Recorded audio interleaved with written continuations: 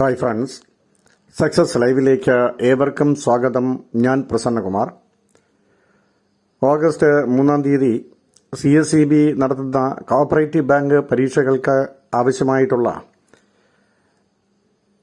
Accountancy, costing, management accountancy തുടങ്ങി പേപ്പറുകളിൽ നിന്ന്, ആ സബ്ജക്റ്റുകളിൽ നിന്ന് 20 മാർക്കിനാണ് പരീക്ഷയ്ക്ക് ചോദിക്കുന്നത്.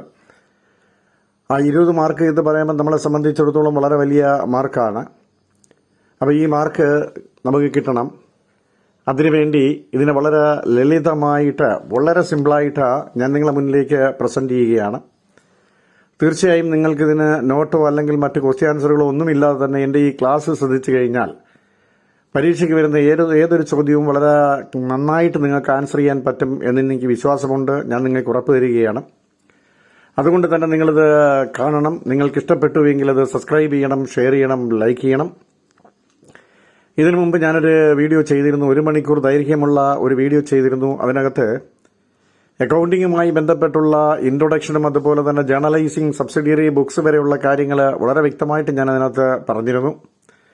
ഈ ക്ലാസിന്റെ അവസാനം, അതായത് അക്കൗണ്ടൻസിയുടെ 20 മാർക്കിന്റെ ക്ലാസിന് അവസാനം ഇതെല്ലാം കൂടെ ചേർത്തുകൊണ്ട് ഒരു 100-200 ചോദ്യങ്ങൾ ഞാൻ നിങ്ങളുടെ മുന്നിലേക്ക് പ്രസന്റ് ചെയ്യുന്നതാണ്. അപ്പം നിങ്ങൾക്ക് തീർച്ചയായും അത് നല്ല കോൺഫിഡൻസ് ഉണ്ടായിരിക്കാം. അപ്പോൾ എന്തായാലും നമുക്ക് ഇന്നത്തെ ക്ലാസ്സിലേക്ക് കടക്കാം. കഴിഞ്ഞ ക്ലാസ്സിന്റെ തുടർച്ചയായിട്ടുള്ള ക്ലാസ്സാണ് ഞാൻ ഇന്ന് നിങ്ങളുടെ മുന്നിൽ പ്രസന്റ് ചെയ്യുന്നത്. കഴിഞ്ഞ ക്ലാസ്സിൽ നമ്മൾ സബ്സിഡിയറി ബുക്ക് വരെ എടുത്തിരുന്നു. ഇനി നമുക്ക് അറിയേണ്ടത് എന്താണെന്ന് ചോദിച്ചാൽ, ഒരു ബിസിനസ്സിലെ ട്രാൻസാക്ഷൻ ഉണ്ടായിക്കഴിഞ്ഞാൽ ആ ട്രാൻസാക്ഷൻ നമ്മൾ പ്രോസസ് ചെയ്യണം. അപ്പോൾ ഈ പ്രോസസ്സിംഗ് എന്ന് പറയുന്നതിനകത്ത് 3 ടേമുകൾ നമുക്കറിയണം. ജേർണലൈസിംഗ് ഉണ്ട്, പോസ്റ്റിംഗ് ഉണ്ട്, ബാലൻസിംഗ് ഉണ്ട്. ഇവിടെ കഴിഞ്ഞ ക്ലാസ്സിൽ നമ്മൾ ജേർണലിനെ കുറിച്ച് വ്യക്തമായി പറഞ്ഞു. ഒരു ബിസിനസ്സിൽ ട്രാൻസാക്ഷൻ ഉണ്ടായിക്കഴിഞ്ഞാൽ ആ ട്രാൻസാക്ഷൻ ആദ്യമായി റെക്കോർഡ് ചെയ്യുന്ന ബുക്ക് എന്ന് പറയുന്നത് ജേർണൽ ബുക്കാണ്. ഈ ജേർണൽ എന്ന് പറയുന്ന ബിസിനസിന്റെ ഒറിജിനൽ എൻട്രി അല്ലെങ്കിൽ പ്രൈം എൻട്രിയാണ്. അത് ഡെയിലി റെക്കോർഡാണ്. അപ്പോൾ ഈ ട്രാൻസാക്ഷൻസ് ഉണ്ടായിക്കഴിഞ്ഞാൽ ആ ട്രാൻസാക്ഷന് ജേർണൽ ബുക്കിലേക്ക് മാറ്റി എഴുതുന്ന പ്രക്രിയ വിളിക്കുന്ന പേര് ജേർണലൈസിംഗ് എന്നാണ്. അങ്ങനെ നമ്മൾ മാറ്റി എഴുതുന്ന പ്രോസസ്സ്, അത് ഏത് ഫോമിലാണോ അതിനകത്തേക്ക് എഴുതുന്നത്, ആ ഫോമിനെ വിളിക്കുന്ന പേര് ജേർണൽ എൻട്രി എന്നാണ്. ഇനി ആ ജേർണൽ എൻട്രി എഴുതുന്ന സമയത്ത് ചില അക്കൗണ്ടിങ് അറിഞ്ഞുകൂടാത്ത ആൾക്കാർക്ക് അത് മനസ്സിലാവാൻ വേണ്ടി, എങ്ങനെയാണ് ആ ജേർണൽ എൻട്രി ഒറിജിനേറ്റ് ചെയ്തതെന്ന് അറിയാൻ വേണ്ടി ഒരു ചെറിയ സ്റ്റേറ്റ്മെന്റ് നമ്മളവിടെ കാണിക്കാറുണ്ട്. അതിനെ വിളിക്കുന്ന പേര് നറേഷൻ എന്നാണ്. അങ്ങനെ ജേർണലൈസിംഗ്, ജേർണൽ എൻട്രി, നറേഷൻ, ഈ 4 കാര്യം നമ്മൾ പറഞ്ഞിരുന്നു. അങ്ങനെ ജേർണലിനെ നമുക്ക് ആ പ്രോസസ്സിനെ സിംപ്ലിഫൈ ചെയ്യുന്നതിന് വേണ്ടി അതിന് നേച്ചർ അനുസരിച്ച് ഡിവൈഡ് ചെയ്തു, സബ്സിഡിയറി ബുക്കുകളാക്കി. അതും നമ്മൾ കഴിഞ്ഞ ക്ലാസ്സിൽ പറഞ്ഞു നിർത്തിയായിരുന്നു. ഇനി നമുക്കറിയേണ്ട രണ്ടാമത്തെ വളരെ പ്രധാനപ്പെട്ട ഒരു ബുക്ക് എന്ന് പറയുന്നത് ലെഡ്ജറാണ്. അപ്പോൾ നമുക്ക് ലെഡ്ജറാണ് അറിയേണ്ടത്. എന്താണ് ഈ ലെഡ്ജർ എന്ന് നമുക്കറിയണം. ഒരു ട്രാൻസാക്ഷൻ ഉണ്ടായിക്കഴിഞ്ഞാൽ ആ ട്രാൻസാക്ഷനെ ജേർണൽ ബുക്കിലേക്ക് മാറ്റി ജേർണലൈസ് ചെയ്ത് കഴിഞ്ഞാൽ നമുക്ക് അതിനകത്ത് ജേർണൽ എൻട്രി കിട്ടും. ആ ജേർണൽ എൻട്രിയെ ലെഡ്ജറിലേക്ക് മാറ്റണം. രണ്ടാമത്തെ ബുക്കായ ലെഡ്ജറിലേക്ക് മാറ്റണം. അപ്പോൾ ഇവിടെ എന്താണ് ഈ ലെഡ്ജർ എന്ന് ചോദിച്ചു കഴിഞ്ഞാൽ നമ്മൾ പറഞ്ഞു, ledger is A group of accounts. ഒരു ഗ്രൂപ്പ് ഓഫ് അക്കൗണ്ട്സിനെ വിളിക്കുന്ന പേര് ലെഡ്ജർ എന്നാണ്. So it is called the secondary entry or principal books of accounts. ഇതിനെ നമുക്ക് സെക്കൻഡറി എൻട്രി എന്ന് വിളിക്കാം, അല്ലെങ്കിൽ പ്രിൻസിപ്പൽ ബുക്സ് ഓഫ് അക്കൗണ്ട് എന്ന് വിളിക്കാം. ഇതിന്റെ ഒറിജിനൽ എൻട്രി എന്ന് പറയുന്നത് ജേർണലാണ്. അപ്പൊ സെക്കൻഡറി എൻട്രി എന്ന് പറയുന്നത് ഈ പറഞ്ഞിരിക്കുന്ന ലെഡ്ജറാണ്. ഇതിന് മറ്റൊരു പേര് പ്രിൻസിപ്പൽ ബുക്സ് ഓഫ് അക്കൗണ്ട്സ് എന്ന് വിളിക്കാം.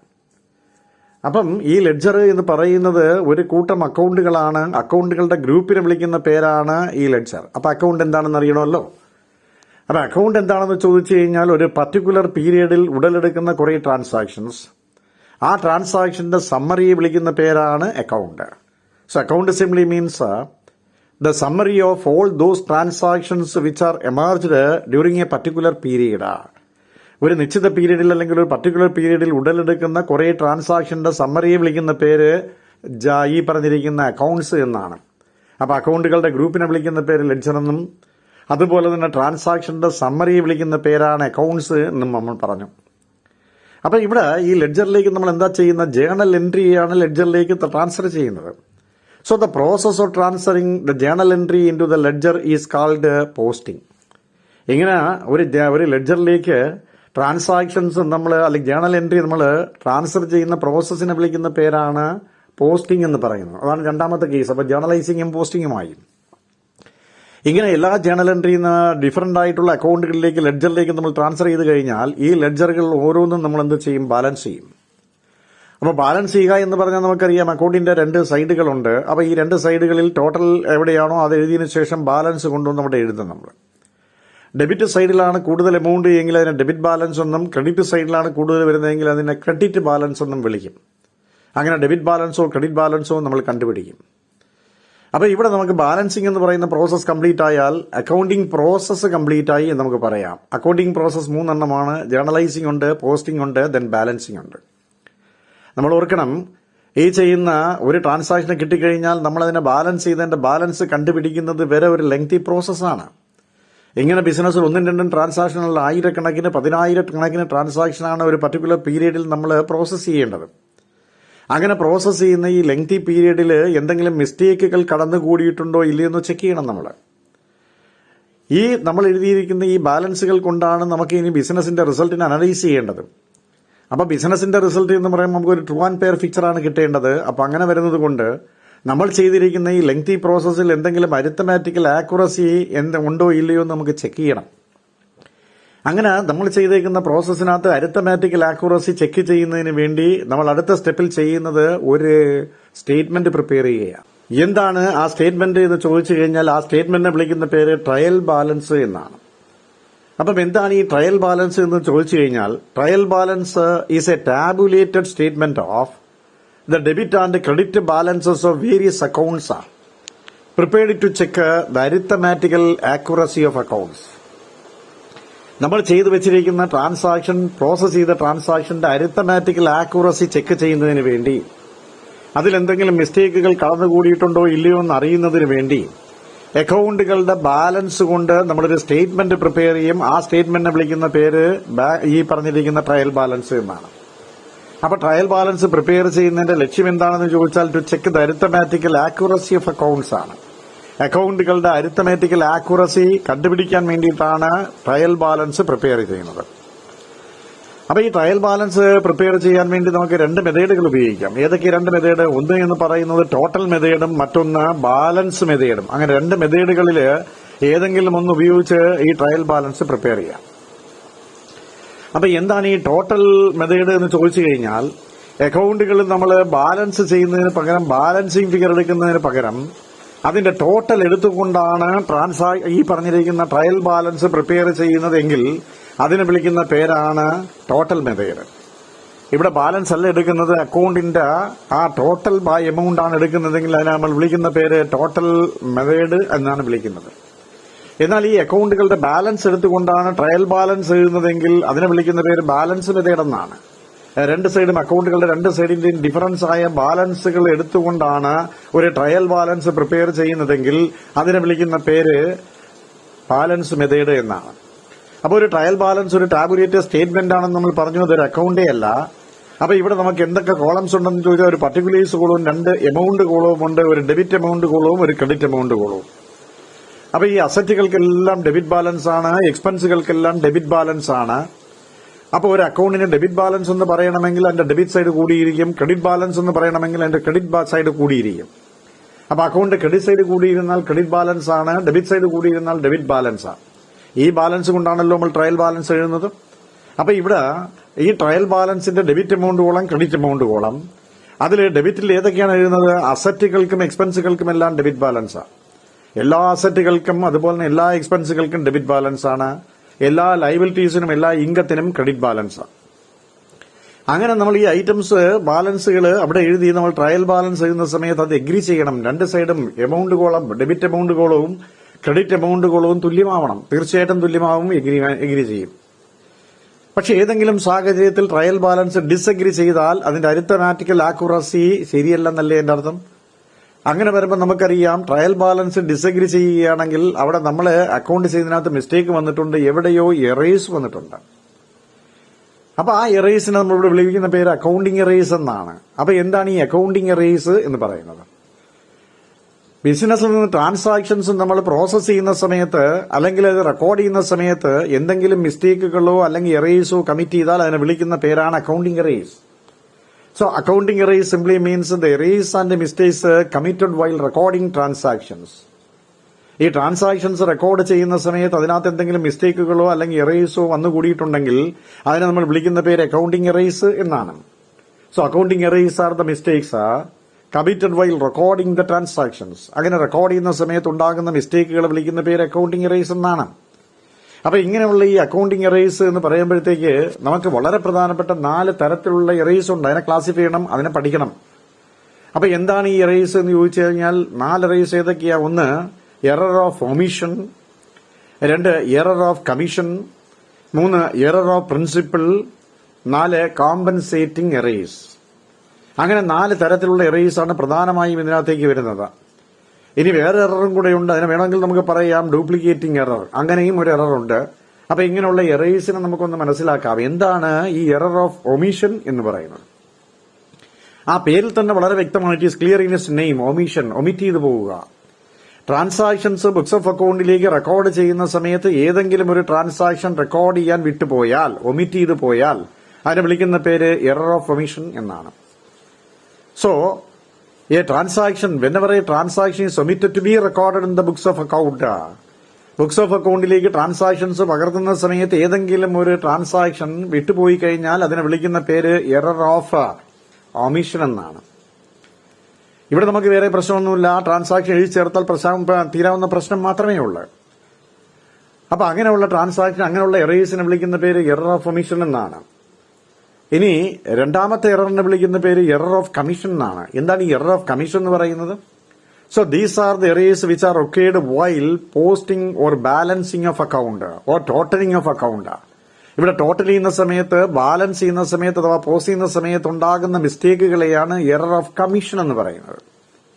അപ്പൊ എറർ ഓഫ് കമ്മീഷൻ എന്ന് പറഞ്ഞാൽ these are the errors which are arised or occurred while balancing or totalling of accounts.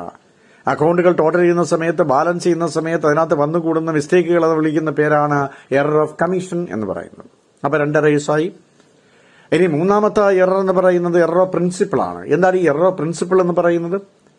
Accounting ചെയ്യാൻ അതിന്റേതായ പ്രിൻസിപ്പിൾസ് ഉണ്ട്.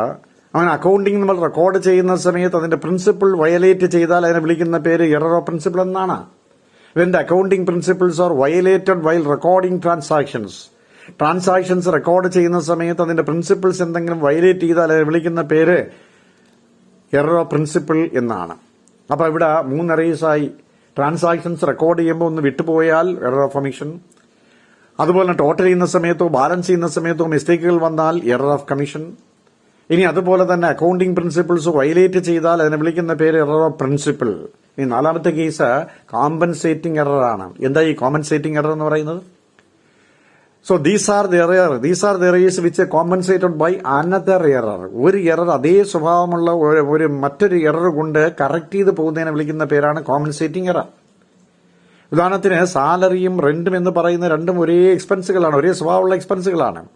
അപ്പൊ സാലറി 1000 രൂപ കൊടുത്തു, റെന്റ് 1000 രൂപ കൊടുത്തു എന്ന് നമുക്ക് പറഞ്ഞാൽ രണ്ടും 2 ട്രാൻസാക്ഷൻ ആണ്. ഇവിടെ സാലറിക്ക് പകരം റെന്റ് എഴുതി എന്ന് വിചാരിച്ച് നമ്മൾ ആ മിസ്റ്റേക്ക് പെട്ടെന്ന് കാണാൻ പറ്റത്തില്ല. കാരണം സാലറി എക്സ്പെൻസ് ആണ്, റെന്റും എക്സ്പെൻസ് ആണ്. ട്രയൽ ബാലൻസ് ഇത് ഡെപ്പിക്ട് ചെയ്തില്ല. അപ്പൊ അതേപോലെ ഏതെങ്കിലും ഒരു എററിനെ മറ്റൊരു എറർ കൊണ്ട് കോമ്പൻസേറ്റ് ചെയ്താൽ an error which is compensated by another error is called a compensating error. അങ്ങനെ ഒരു എററിനെ മറ്റൊരു എറർ കൊണ്ട് കോമ്പൻസേറ്റ് ചെയ്താൽ അതിന് വിളിക്കുന്ന പേര് കോമ്പൻസേറ്റിംഗ് എറർ എന്നാണ്. ഇതാണ് 4 എറേഴ്സ് എന്ന് നമ്മൾ പറഞ്ഞത്. ഇനി 5ാമത് ഞാനൊന്ന് സൂചിപ്പിച്ചല്ലോ, ഡ്യൂപ്ലിക്കേറ്റിംഗ് എറർ എന്ന് പറയുന്നത് when a transaction is recorded twice. ഒരു ട്രാൻസാക്ഷൻ 2 പ്രാവശ്യം നമ്മൾ റെക്കോർഡ് ചെയ്തു എന്നിരിക്കട്ടെ. അങ്ങനെയാണെങ്കിൽ ഡബിൾ റെക്കോർഡിംഗ് വരികയാണെങ്കിൽ അതിനെ വിളിക്കുന്ന പേരാണ് ഈ ഡ്യൂപ്ലിക്കേറ്റിംഗ് എറേഴ്സ് എന്ന് പറയുന്നത്. അപ്പൊ ഇങ്ങനെയൊക്കെയാണ് അക്കൌണ്ടിംഗിൽ എറേഴ്സ് വരുന്നത്. പക്ഷേ ഈ എറേഴ്സ് എന്ന് പറയുമ്പോഴത്തേക്ക് നമ്മൾ കണ്ടുപിടിച്ച് കഴിഞ്ഞാൽ ഉടൻ തന്നെ നമുക്ക് അതിനെ കറക്റ്റ് ചെയ്യണം. അതിനെ ഡിറ്റക്ട് ചെയ്താൽ കറക്റ്റ് ചെയ്യണം, എറേഴ്സിനെ റെക്ടിഫൈ ചെയ്യണം. അങ്ങനെ റെക്ടിഫൈ ചെയ്യാൻ വേണ്ടി നമ്മൾ ഉപയോഗിക്കുന്ന ഒരു എൻട്രി ഉണ്ട്. ആ എൻട്രി വിളിക്കുന്ന പേര് റെക്ടിഫിക്കേഷൻ എൻട്രി എന്നാണ്. അപ്പൊ എന്താ ഈ റെക്ടിഫിക്കേഷൻ എൻട്രി എന്ന് ചോദിച്ചു കഴിഞ്ഞാൽ these are the entries which are used to rectify the accounting errors. ഈ അക്കൌണ്ടിംഗ് എറേഴ്സ് എന്തെങ്കിലും വന്നു കഴിഞ്ഞാൽ ആ എറേഴ്സിനെ കറക്റ്റ് ചെയ്യാൻ വേണ്ടി, റെക്ടിഫൈ ചെയ്യാൻ വേണ്ടി നമ്മൾ ഉപയോഗിക്കുന്ന എൻട്രി വിളിക്കുന്ന പേരാണ് റെക്ടിഫിക്കേഷൻ എൻട്രി എന്ന് പറയുന്നത്. അപ്പൊ അക്കൌണ്ടിങ്ങിന്റെ എറേഴ്സ് നമ്മൾ കറക്റ്റ് ചെയ്ത് ട്രയൽ ബാലൻസ് എഴുതാം. പക്ഷെ ഇവിടെ വേറൊരു പ്രശ്നമുണ്ട്. ചില എറേഴ്സ് നമുക്ക് കണ്ടുപിടിക്കാനേ പറ്റത്തില്ല. കാരണം എന്ന് പറഞ്ഞു കഴിഞ്ഞാൽ ആ എറർ കോംപ്ലിക്കേറ്റഡ് ആയിട്ടുള്ള ഒരു എറർ ആയിരിക്കും. അപ്പൊ അതിനെ വളരെ വേഗം നമുക്ക് കണ്ടുപിടിക്കാൻ പറ്റത്തില്ല. പക്ഷേ ഈ എറർ കണ്ടുപിടിച്ച് കറക്റ്റ് ചെയ്തെങ്കിൽ മാത്രമേ തുടർന്നുള്ള അക്കൗണ്ട്സുകൾ നമുക്ക് പ്രിപ്പയർ ചെയ്യാൻ പറ്റുകയുള്ളൂ. അങ്ങനെ തുടർന്നുള്ള അക്കൗണ്ടുകൾ പ്രിപ്പയർ ചെയ്യുകയും വേണം. പക്ഷേ എററിനെ കണ്ടുപിടിക്കാൻ പറ്റുന്നതുമില്ല എങ്കിൽ നമ്മൾ എന്ത് ചെയ്യും? അതിനെ കറക്റ്റ് ചെയ്യാൻ പറ്റുന്നില്ല. അപ്പോൾ ഒരു മാർഗം എന്ന് പറയുന്നത് ഈ എറർ കണ്ടുപിടിക്കുന്നത് വരെ താൽക്കാലികമായി ഓപ്പൺ ചെയ്യുന്ന ഒരു അക്കൗണ്ട് ഉണ്ട്. ആ അക്കൗണ്ട് നമ്മൾ വിളിക്കുന്ന പേരാണ് സസ്പെൻസ് അക്കൗണ്ട്സ്. എന്താ ഈ സസ്പെൻസ് അക്കൗണ്ട് സൊസൈറ്റിയിലൊക്കെ ഉണ്ടല്ലോ. സാധാരണ കേസിൽ കറക്റ്റായിട്ട് നമുക്ക് ട്രാൻസ്ഫർ ചെയ്യാൻ പറ്റാത്ത അക്കൗണ്ടിന്റെ എമൗണ്ടുകളെല്ലാം ഈ സസ്പെൻസ് അക്കൗണ്ടിലാണ് പോകുന്നത്. ഇവിടെയും അതുപോലെ തന്നെ ഒരു മിസ്റ്റേക്ക് കണ്ടുപിടിക്കാൻ നമുക്ക് കഴിഞ്ഞില്ല. അപ്പോൾ ആ മിസ്റ്റേക്ക് കണ്ടുപിടിക്കാൻ കഴിഞ്ഞില്ല എങ്കിൽ തീർച്ചയായും അത് കണ്ടുപിടിക്കുന്നത് വരെ താൽക്കാലികമായി ഓപ്പൺ ചെയ്യുന്ന ഒരു അക്കൗണ്ടിനെ വിളിക്കുന്ന പേര് സസ്പെൻസ് അക്കൗണ്ട് എന്നാണ്. A suspense account is an account which is opened up to finding out the errors. Errors കണ്ടുപിടിച്ച് റെക്ടിഫൈ ചെയ്യുന്നത് വരെ നമ്മൾ ഓപ്പൺ ചെയ്യുന്ന അക്കൗണ്ടാണ് ഈ പറഞ്ഞിരിക്കുന്ന സസ്പെൻസ് അക്കൗണ്ട് എന്ന് പറയുന്നത്. ഇനി എറർ കണ്ടുപിടിച്ച് ഡിറ്റക്ട് ചെയ്താലോ it will be automatically closed. ഇവിടെ അതാണ് ഒരു പ്രത്യേകത. എറർ കണ്ടുപിടിക്കുന്ന എപ്പോഴാണോ, അത് ഡിറ്റക്ട് ചെയ്യുന്ന എപ്പോഴാണോ, അത് കറക്റ്റ് ചെയ്യുന്ന എപ്പോഴാണോ, ആ നിമിഷം നമുക്ക് ഈ സസ്പെൻസ് അക്കൗണ്ട് ക്യാൻസൽ ആയി പോകും, ഓട്ടോമാറ്റിക്കായിട്ട് ക്യാൻസൽ ആയി പോകും. അതുവരെ നമ്മൾ അങ്ങനെ ചെയ്യും. അതുകൊണ്ട് സസ്പെൻസ് അക്കൗണ്ട് നമ്മൾ ഓപ്പൺ ചെയ്ത് കഴിഞ്ഞാൽ അത് കണ്ടുപിടിക്കുന്നവരെ ട്രയൽ ബാലൻസിലായാലും ബാലൻസ് ഷീറ്റിലായാലും സസ്പെൻസ് അക്കൗണ്ട് എന്ന് തന്നെ എഴുതുന്നത്. അപ്പോൾ ഇതാണ് ഈ പറഞ്ഞിരിക്കുന്ന എറേസ്, റെക്ടിഫിക്കേഷൻ ഓഫ് എറേസ് എന്ന് നമ്മൾ പറയുന്നത്. ഇനി ഇങ്ങനെ വരുന്നൊരു സാഹചര്യത്തിൽ വേറെയും സംഭവമുണ്ട്. ഇവിടെ ഈ ഒരു ബിസിനസ് ഓർഗനൈസേഷനിൽ ഒരു ട്രേഡറെ സംബന്ധിച്ചിടത്തോളം അദ്ദേഹത്തിന് ക്യാഷ് ബുക്ക് എന്ന് പറയുന്നൊരു ബുക്ക് അദ്ദേഹം എഴുതുന്നുണ്ട്. ഞാൻ സബ്സിഡിയറി ബുക്കിൽ സൂചിപ്പിച്ചതാണ്. അപ്പോൾ ഈ ക്യാഷ് ബുക്ക് എന്ന് പറയുന്ന ബുക്ക് അത് എഴുതുന്നത് ബിസിനസ്മാനാണ്, അതുപോലെ തന്നെ അത് സൂക്ഷിക്കുന്നത് ബിസിനസ്മാനാണ്. പക്ഷെ ഇദ്ദേഹത്തിന് ബാങ്കിൽ ഒരു അക്കൗണ്ട് ഉണ്ടായിരിക്കാം. അപ്പോൾ ബാങ്കിൽ ഉണ്ടാകുന്ന അക്കൗണ്ട് തീർച്ചയായും അത് എഴുതുന്നത് ബാങ്കാണ്. അതിനൊരു പാസ്ബുക്ക് നമുക്ക് തരും. പക്ഷെ അത് സൂക്ഷിക്കുന്നത് ഈ ട്രേഡറാണ്. അപ്പോൾ ട്രേഡറുടെ കയ്യിൽ പാസ്ബുക്കും ഉണ്ടാവും, ക്യാഷ് ബുക്കും ഉണ്ടാവും. അപ്പോൾ ട്രേഡറുടെ കയ്യിലിരിക്കുന്ന ക്യാഷ് ബുക്ക് എന്ന് പറയുന്ന അദ്ദേഹം മെയിൻറ്റെയിൻ ചെയ്യുന്നതാണ്, അദ്ദേഹം എഴുതുന്നതാണ്, അദ്ദേഹമാണ് അതിനകത്ത് റെക്കോർഡ് ചെയ്യുന്നത്. പക്ഷേ പാസ്ബുക്ക് എന്ന് പറയുന്നത് പാസ്ബുക്ക് മാത്രമേ അദ്ദേഹത്തിന്റെ കയ്യിലുള്ള, അതിന് എഴുതാനുള്ള അവകാശം ബാങ്കിനാണ്. അപ്പോൾ ഒരു ബിസിനസിനെ സംബന്ധിച്ചിടത്തോളം ബിസിനസ്മാൻ ബാങ്കിൽ ഓപ്പൺ ചെയ്യുന്ന അക്കൗണ്ടിനെ വിളിക്കുന്ന പേര് കറണ്ട് അക്കൗണ്ട് എന്നാണ്. അപ്പോൾ ഈ കറണ്ട് അക്കൗണ്ട് എന്ന് പറയുമ്പോൾ ബിസിനസ്മാന് മാത്രമേ ഓപ്പൺ ചെയ്യാൻ പറ്റുന്ന അക്കൗണ്ടാണ് ഈ കറണ്ട് അക്കൗണ്ട് എന്ന് പറയുന്നത്. അപ്പോൾ അക്കൗണ്ടുകളുടെ ഡീറ്റെയിൽസ് എല്ലാം നമുക്ക് ബാങ്കിങ്ങിൽ പഠിക്കാം. അത് ഞാനിപ്പോൾ എടുക്കുന്നുണ്ട് ഉടനെ. അപ്പോൾ ഇവിടെ ഈ കറണ്ട് അക്കൗണ്ട് ഓപ്പൺ ചെയ്യുമ്പോൾ കറണ്ട് അക്കൗണ്ട് ഒരു പ്രത്യേകതയുണ്ട്. എന്താണ് ആ പ്രത്യേകത എന്ന് ചോദിച്ചു കഴിഞ്ഞാൽ ബിസിനസ്മാന് മാത്രമേ ആ അക്കൗണ്ട് ഓപ്പൺ ചെയ്യാൻ പറ്റുള്ളൂ. അതിന് യാതൊരു റെസ്ട്രിക്ഷനും ഇല്ല. നമ്പർ ഓഫ് ടൈംസ് നമുക്ക് വിത്ഡ്രോ ചെയ്യുന്നതിലോ നമ്പർ ഓഫ് ടൈംസ് ഡെപ്പോസിറ്റ് ചെയ്യുന്നതിലോ യാതൊരുവിധ റെസ്ട്രിക്ഷനും ഇല്ല. ഒരു ബാങ്കിങ് അഫയേഴ്സിൽ എത്ര പ്രാവശ്യം വേണമെങ്കിലും ആ അക്കൗണ്ടിൽ ഡെപ്പോസിറ്റ് ചെയ്യാം, എത്ര പ്രാവശ്യം വേണമെങ്കിലും പിൻവലിക്കാം. പക്ഷേ സേവിങ്സ് ബാങ്ക് അക്കൗണ്ടിൽ അത് പറ്റില്ല, അതിന് റെസ്ട്രിക്ഷൻ ഉണ്ട്. ഇവിടെ അങ്ങനെ നമുക്ക് എമൗണ്ടിലോ അല്ലെങ്കിൽ നമ്പർ ഓഫ് ടൈംസിലോ ഒന്നും ഒരു റെസ്ട്രിക്ഷനും ഇല്ലാത്ത അക്കൗണ്ടാണ് എന്ന് പറയുന്ന ഈ current account. Over draft facility ഉള്ള അക്കൗണ്ടാണ് ഈ കറണ്ട് അക്കൗണ്ട്. അപ്പോൾ അങ്ങനെ ബിസിനസ്മാൻ ബാങ്കിൽ അങ്ങനെ ഒരു അക്കൗണ്ട് ഓപ്പൺ ചെയ്തിട്ടുണ്ട്. അപ്പോൾ അദ്ദേഹം ഒരു ദിവസം പല പ്രാവശ്യം ബാങ്കിൽ ചെക്ക് ഡെപ്പോസിറ്റ് ചെയ്യും, ക്യാഷ് ഡെപ്പോസിറ്റ് ചെയ്യും, വിത്ഡ്രോ ചെയ്യും, ഇങ്ങനെ ചെയ്തുകൊണ്ടേയിരിക്കും. ചില സമയം അദ്ദേഹം ക്യാഷ് ബുക്കിൽ കൃത്യമായിട്ട് എഴുതും. പൈസ ബാങ്കിൽ നിന്ന് പിൻവലിച്ചാൽ ക്യാഷ് ബുക്കിൽ ട്രേഡർ എഴുതും, അതേസമയം ബാങ്ക് പാസ്ബുക്കിൽ എഴുതും. അപ്പോൾ ഒരു ദിവസം പല പ്രാവശ്യം ഇങ്ങനെ ചെയ്യുന്ന സമയത്ത് ബാങ്കോ അല്ലെങ്കിൽ ഈ പറഞ്ഞിരിക്കുന്ന ബിസിനസ്മാനോ അവരുടെ ക്യാഷ് ബുക്കിലോ പാസ്ബുക്കിലോ ഒക്കെ എഴുതാൻ പലപ്പോൾ എന്ത് ചെയ്യും, മാറ്റിവെക്കും, വിട്ടുപോകാം. അങ്ങനെ വിട്ടുപോയി കഴിഞ്ഞാൽ ക്യാഷ് ബുക്കിലെ ബാലൻസും പാസ്ബുക്കിലെ ബാലൻസും തങ്ങളിൽ വ്യത്യാസം വരാം. അപ്പോൾ ക്യാഷ് ബുക്കിലെ ബാലൻസും പാസ്ബുക്കിലെ ബാലൻസും വ്യത്യാസം വന്നാൽ നമുക്കിവിടെ അക്കൗണ്ട്സ് പ്രിപ്പയർ ചെയ്യാൻ പറ്റത്തില്ല. അപ്പോൾ ഇങ്ങനെ ക്യാഷ് ബുക്കിലെ ബാലൻസും പാസ്ബുക്കിലെ ബാലൻസും തങ്ങളിൽ വ്യത്യാസം വന്നാൽ ആ വ്യത്യാസം പരിഹരിക്കണം. നമ്മൾ ആ വ്യത്യാസം പരിഹരിക്കണമെങ്കിൽ അതിന്റെ കാരണം കണ്ടുപിടിക്കണം. അങ്ങനെ ക്യാഷ് ബുക്കിലെ ബാലൻസും പാസ്ബുക്കിലെ ബാലൻസും തങ്ങളിൽ വ്യത്യാസം വന്നു കഴിഞ്ഞാൽ ആ വ്യത്യാസത്തിന്റെ കാരണം എന്താണ് എന്ന് കണ്ടുപിടിക്കുന്നതിന് വേണ്ടി കസ്റ്റമർ പ്രിപ്പയർ ചെയ്യുന്ന ഒരു സ്റ്റേറ്റ്മെന്റ് ഉണ്ട്. അത് നമ്മൾ വിളിക്കുന്ന പേര് ബാങ്ക് റെക്കൺസിലിയേഷൻ സ്റ്റേറ്റ്മെന്റ് എന്നാണ്, BRS. ശ്രദ്ധിക്കുക, ക്യാഷ് ബുക്കിലെ ബാലൻസും പാസ്ബുക്കിലെ ബാലൻസും തങ്ങളിൽ വ്യത്യാസം വന്നാൽ ആ വ്യത്യാസത്തിന്റെ കാരണം എന്താണെന്ന് കണ്ടുപിടിക്കുന്നതിന് വേണ്ടി ആ കസ്റ്റമർ പ്രിപ്പയർ ചെയ്യുന്ന ഒരു സ്റ്റേറ്റ്മെന്റിനെ വിളിക്കുന്ന പേര് ബാങ്ക് റെക്കൺസിലിയേഷൻ സ്റ്റേറ്റ്മെന്റ് എന്നാണ്. ഈ bank reconciliation statement is a statement prepared by a customer. അത് പരീക്ഷിച്ച് ചോദിക്കും, പ്രിപ്പയർ ചെയ്യുന്ന ആരാണെന്ന്. Prepared by a customer to find out the cause of difference between cash book balance and passbook balance. Cash ബുക്കിലെ ബാലൻസും പാസ്ബുക്കിലെ ബാലൻസും തങ്ങളുടെ ഡിഫറൻസിന്റെ കാരണം കണ്ടുപിടിക്കാൻ വേണ്ടി കസ്റ്റമർ പ്രിപ്പയർ ചെയ്യുന്ന സ്റ്റേറ്റ്മെന്റിനെ വിളിക്കുന്ന പേരാണ് ബാങ്ക് റെക്കൺസിലിയേഷൻ സ്റ്റേറ്റ്മെന്റ്. അപ്പോൾ ഇവിടെ നമ്മൾ ഓർക്കണം, ബാങ്ക് റെക്കൺസിലിയേഷൻ പ്രിപ്പയർ ചെയ്യുന്ന സമയത്ത് ക്യാഷ് ബുക്കിന് ഡെബിറ്റ് ബാലൻസ് ആണ്, പാസ്ബുക്കിന് ക്രെഡിറ്റ് ബാലൻസ് ആണ്. ക്യാഷ് ബുക്കിന് എപ്പോഴും ഡെബിറ്റ് ബാലൻസും പാസ്ബുക്കിന് എപ്പോഴും ക്രെഡിറ്റ് ബാലൻസുമാണ്. തിരിച്ചാണ് വരുന്നതെങ്കിൽ അതിനെ വിളിക്കുന്ന പേര് ഓവർ ഡ്രാഫ്റ്റ് എന്നാണ്. ഒരു പാസ്ബുക്ക് ഡെബിറ്റ് ബാലൻസ് ആണ് കാണിക്കുന്നു, ഒരു ക്യാഷ് ബുക്ക് ക്രെഡിറ്റ് ബാലൻസ് ആണ് കാണിക്കുന്നതെങ്കിൽ അതിന്റെ അർത്ഥം ഓവർ ഡ്രാഫ്റ്റ് എന്നാണ്. ഉള്ളതിൽ കൂടുതൽ പൈസ പിൻവലിച്ചു എന്നാണ് അർത്ഥം. ബാങ്കിൽ ബാലൻസ് അല്ലെ നെഗറ്റീവാണ്, അത് നമ്മൾ വിളിക്കുന്ന പേര് ഓവർ ഡ്രാഫ്റ്റ് ഫെസിലിറ്റി എന്നാണ്, ഓവർ ഡ്രാഫ്റ്റ് എന്നാണ്. അപ്പൊ ഇവിടെ നമുക്ക് ബാങ്ക് റെക്കൺസിലേഷൻ സ്റ്റേറ്റ്മെന്റ് പ്രിപ്പയർ ചെയ്ത് ആ പ്രശ്നവും പരിഹരിച്ചിട്ടാണ് ട്രയൽ ബാലൻസ് എഗ്രി ചെയ്തിട്ടാണ് നമ്മൾ എന്ത് ചെയ്യുന്നത്, അടുത്ത സ്റ്റെപ്പിലേക്ക് പോകുന്നത്. അങ്ങനെ ട്രയൽ ബാലൻസിന്റെ പ്രിപ്പറേഷൻ നടക്കുന്നത് വരെയുള്ള പ്രോസസ്സാ ഇതാണ് അക്കൌണ്ടിംഗ് പ്രോസസ്സ് എന്ന് പറയുന്നത്. ഇത് ചെയ്യുന്നതെല്ലാം ഒരു ബുക്ക് കീപ്പറാണ്. ഇത്രയും കാര്യങ്ങൾ ചെയ്യുന്നത് ഒരു ബുക്ക് കീപ്പറാണ്. അപ്പൊ ബുക്ക് കീപ്പർ ജോലിയാണ് ഈ പറഞ്ഞിരിക്കുന്ന journalising, posting, balancing and the preparation of trial balance. അപ്പൊ ട്രയൽ ബാലൻസ് പ്രിപ്പയർ ചെയ്യുന്നത് വരെയുള്ള എല്ലാ കാര്യങ്ങളും കൃത്യമായിട്ടും ചെയ്തു കഴിഞ്ഞു ആര്, ഈ പറഞ്ഞ ബുക്ക് കീപ്പർ. അപ്പൊ ബുക്ക് കീപ്പിംഗ് ഇവിടെ അവസാനിച്ചു. ഇനി ബുക്ക് കീപ്പിംഗ് അവസാനിച്ചു കഴിഞ്ഞാൽ അടുത്ത സ്റ്റെപ്പ് എന്ന് പറയുന്ന അക്കൌണ്ടിംഗ് ആണ്. So accounting start when book keeping ends. Book keeping എവിടെ അവസാനിക്കുന്നുവോ അവിടെ എന്ത് ചെയ്യും, അക്കൌണ്ടിംഗ് ആരംഭിക്കും. ബുക്ക് കീപ്പിംഗ് എവിടെ അവസാനിക്കുന്നുവോ അവിടെ അക്കൌണ്ടിംഗ് ആരംഭിക്കുമെന്നാണ്. അപ്പൊ ഈ അക്കൌണ്ടിംഗ് ചെയ്യുന്ന ആരാണ്, അക്കൌണ്ടന്റ് ആണ്. അക്കൌണ്ടന്റിന്റെ ജോലി എന്താണ്, അതാണ് നമ്മളിപ്പോൾ പഠിക്കാൻ പോകുന്നത്, വളരെ ഇമ്പോർട്ടന്റ് ആണ്. അപ്പൊ അക്കൌണ്ടന്റ് എന്താ ചെയ്യുന്നതെന്ന് ചോദിച്ചാൽ ഇനി എല്ലാ കാര്യങ്ങളും വളരെ കൃത്യമായി നമ്മൾ ചെയ്തു കഴിഞ്ഞു. ട്രാൻസാക്ഷൻസ് എല്ലാം വളരെ കൃത്യമായിട്ട് പോസ്റ്റ് ചെയ്തു, എല്ലാം എഴുതി, അതുപോലെ തന്നെ മിസ്റ്റേക്കുകളെല്ലാം കറക്റ്റ് ചെയ്തു, ട്രയൽ ബാലൻസ് എഴുതി, അത് എഗ്രി ചെയ്ത് കഴിഞ്ഞാൽ ഇനി ഒരു ട്രേഡറെ സംബന്ധിച്ചിടത്തോളം ട്രേഡർക്ക് രണ്ട് കാര്യങ്ങൾ അറിയാൻ വളരെ ക്യൂരിയോസിറ്റി ഉണ്ട്. So trader has to find out two important things. രണ്ട് കാര്യങ്ങൾ അദ്ദേഹത്തിന് അറിയാൻ വളരെയേറെ താല്പര്യമുണ്ട്. അപ്പൊ എന്താണ് ഈ രണ്ട് കാര്യങ്ങൾ എന്ന് പറയുന്നത്? ഒന്ന് എന്ന് പറയുന്നത് what was his trading result. അദ്ദേഹത്തിന്റെ ബിസിനസിന്റെ ട്രേഡിംഗ് റിസൾട്ട് എന്താണ്, കഴിഞ്ഞ ഒരു വർഷമായി അദ്ദേഹം ചെയ്തിരിക്കുന്ന ബിസിനസ് ലാഭകരമാണോ നഷ്ടമാണോ, എങ്കിൽ അത് എത്രമാത്രം പ്രോഫിറ്റ് കിട്ടി എന്നുള്ളത് അദ്ദേഹത്തിന് അറിയാൻ വളരെ ക്യൂരിയോസിറ്റി ഉണ്ട്. അപ്പൊ അയാൾക്ക് ഫൈൻഡ് ഔട്ട് ചെയ്യണം വാട്ട് വാസ് ഹിസ് റിസൾട്ട്, അയാളുടെ റിസൾട്ട് എന്താണെന്ന് അയാൾക്ക് ഫൈൻഡ് ഔട്ട് ചെയ്യണം. ആൻഡ് പിന്നെയും അദ്ദേഹത്തിന് ഒരു ഈഗർനെസ് ഉണ്ട്, എന്താണ്, what will be the financial position. ഇങ്ങനെയുള്ള എന്റെ ബിസിനസ് നിലനിൽക്കുമോ ഇല്ലയോ എന്നറിയണം, ഫിനാൻഷ്യൽ പൊസിഷൻ അറിയണം. അപ്പൊ രണ്ട് കാര്യങ്ങളാണ്, ബിസിനസിന്റെ റിസൾട്ടും അറിയണം, അതുപോലെ തന്നെ ബിസിനസിന്റെ ഫിനാൻഷ്യൽ പൊസിഷനും അറിയണം. ഇവിടെ ബിസിനസിന്റെ റിസൾട്ടാണ് അറിയേണ്ടതെങ്കിൽ അദ്ദേഹം ഇൻകം സ്റ്റേറ്റ്മെന്റ് പ്രിപ്പയർ ചെയ്യണം. ഇനി ബിസിനസിന്റെ സാമ്പത്തിക സ്ഥിതി, ഫിനാൻഷ്യൽ പൊസിഷനാണ് അറിയേണ്ടതെങ്കിൽ അയാൾ പൊസിഷൻ സ്റ്റേറ്റ്മെന്റ് പ്രിപ്പയർ ചെയ്യണം. അങ്ങനെ ഇൻകം സ്റ്റേറ്റ്മെന്റും പൊസിഷൻ സ്റ്റേറ്റ്മെന്റും പ്രിപ്പയർ ചെയ്യണം. ഇൻകം സ്റ്റേറ്റ്മെന്റിനെ നമ്മൾ വിളിക്കുന്ന മറ്റൊരു പേരാണ് trading account and profit and loss account. Position statement നമ്മൾ വിളിക്കുന്ന പേര് ബാലൻസ് ഷീറ്റ് എന്നാണ്. അപ്പൊ ഇവിടെ മൂന്നെണ്ണം വന്നല്ലോ, രണ്ട് അക്കൌണ്ടും ഒരു സ്റ്റേറ്റ്മെന്റും വന്നു, trading account, profit and loss account, പിന്നെ ഒരു സ്റ്റേറ്റ്മെന്റ് ആയ. അപ്പൊ ഈ trading account, profit and loss account, balance sheet, ഇതിനെ ഒരുമിച്ച് നമ്മൾ വിളിക്കുന്ന പേരാണ് ഫൈനാൻഷ്യൽ സ്റ്റേറ്റ്മെന്റ്, അല്ലെങ്കിൽ അതിനെ വിളിക്കുന്ന പേര് ഫൈനൽ അക്കൌണ്ട് എന്നാണ്. ഇവിടെ മുതലാണ് ഒരു അക്കൌണ്ടന്റിന്റെ പണി തുടങ്ങുന്നത്.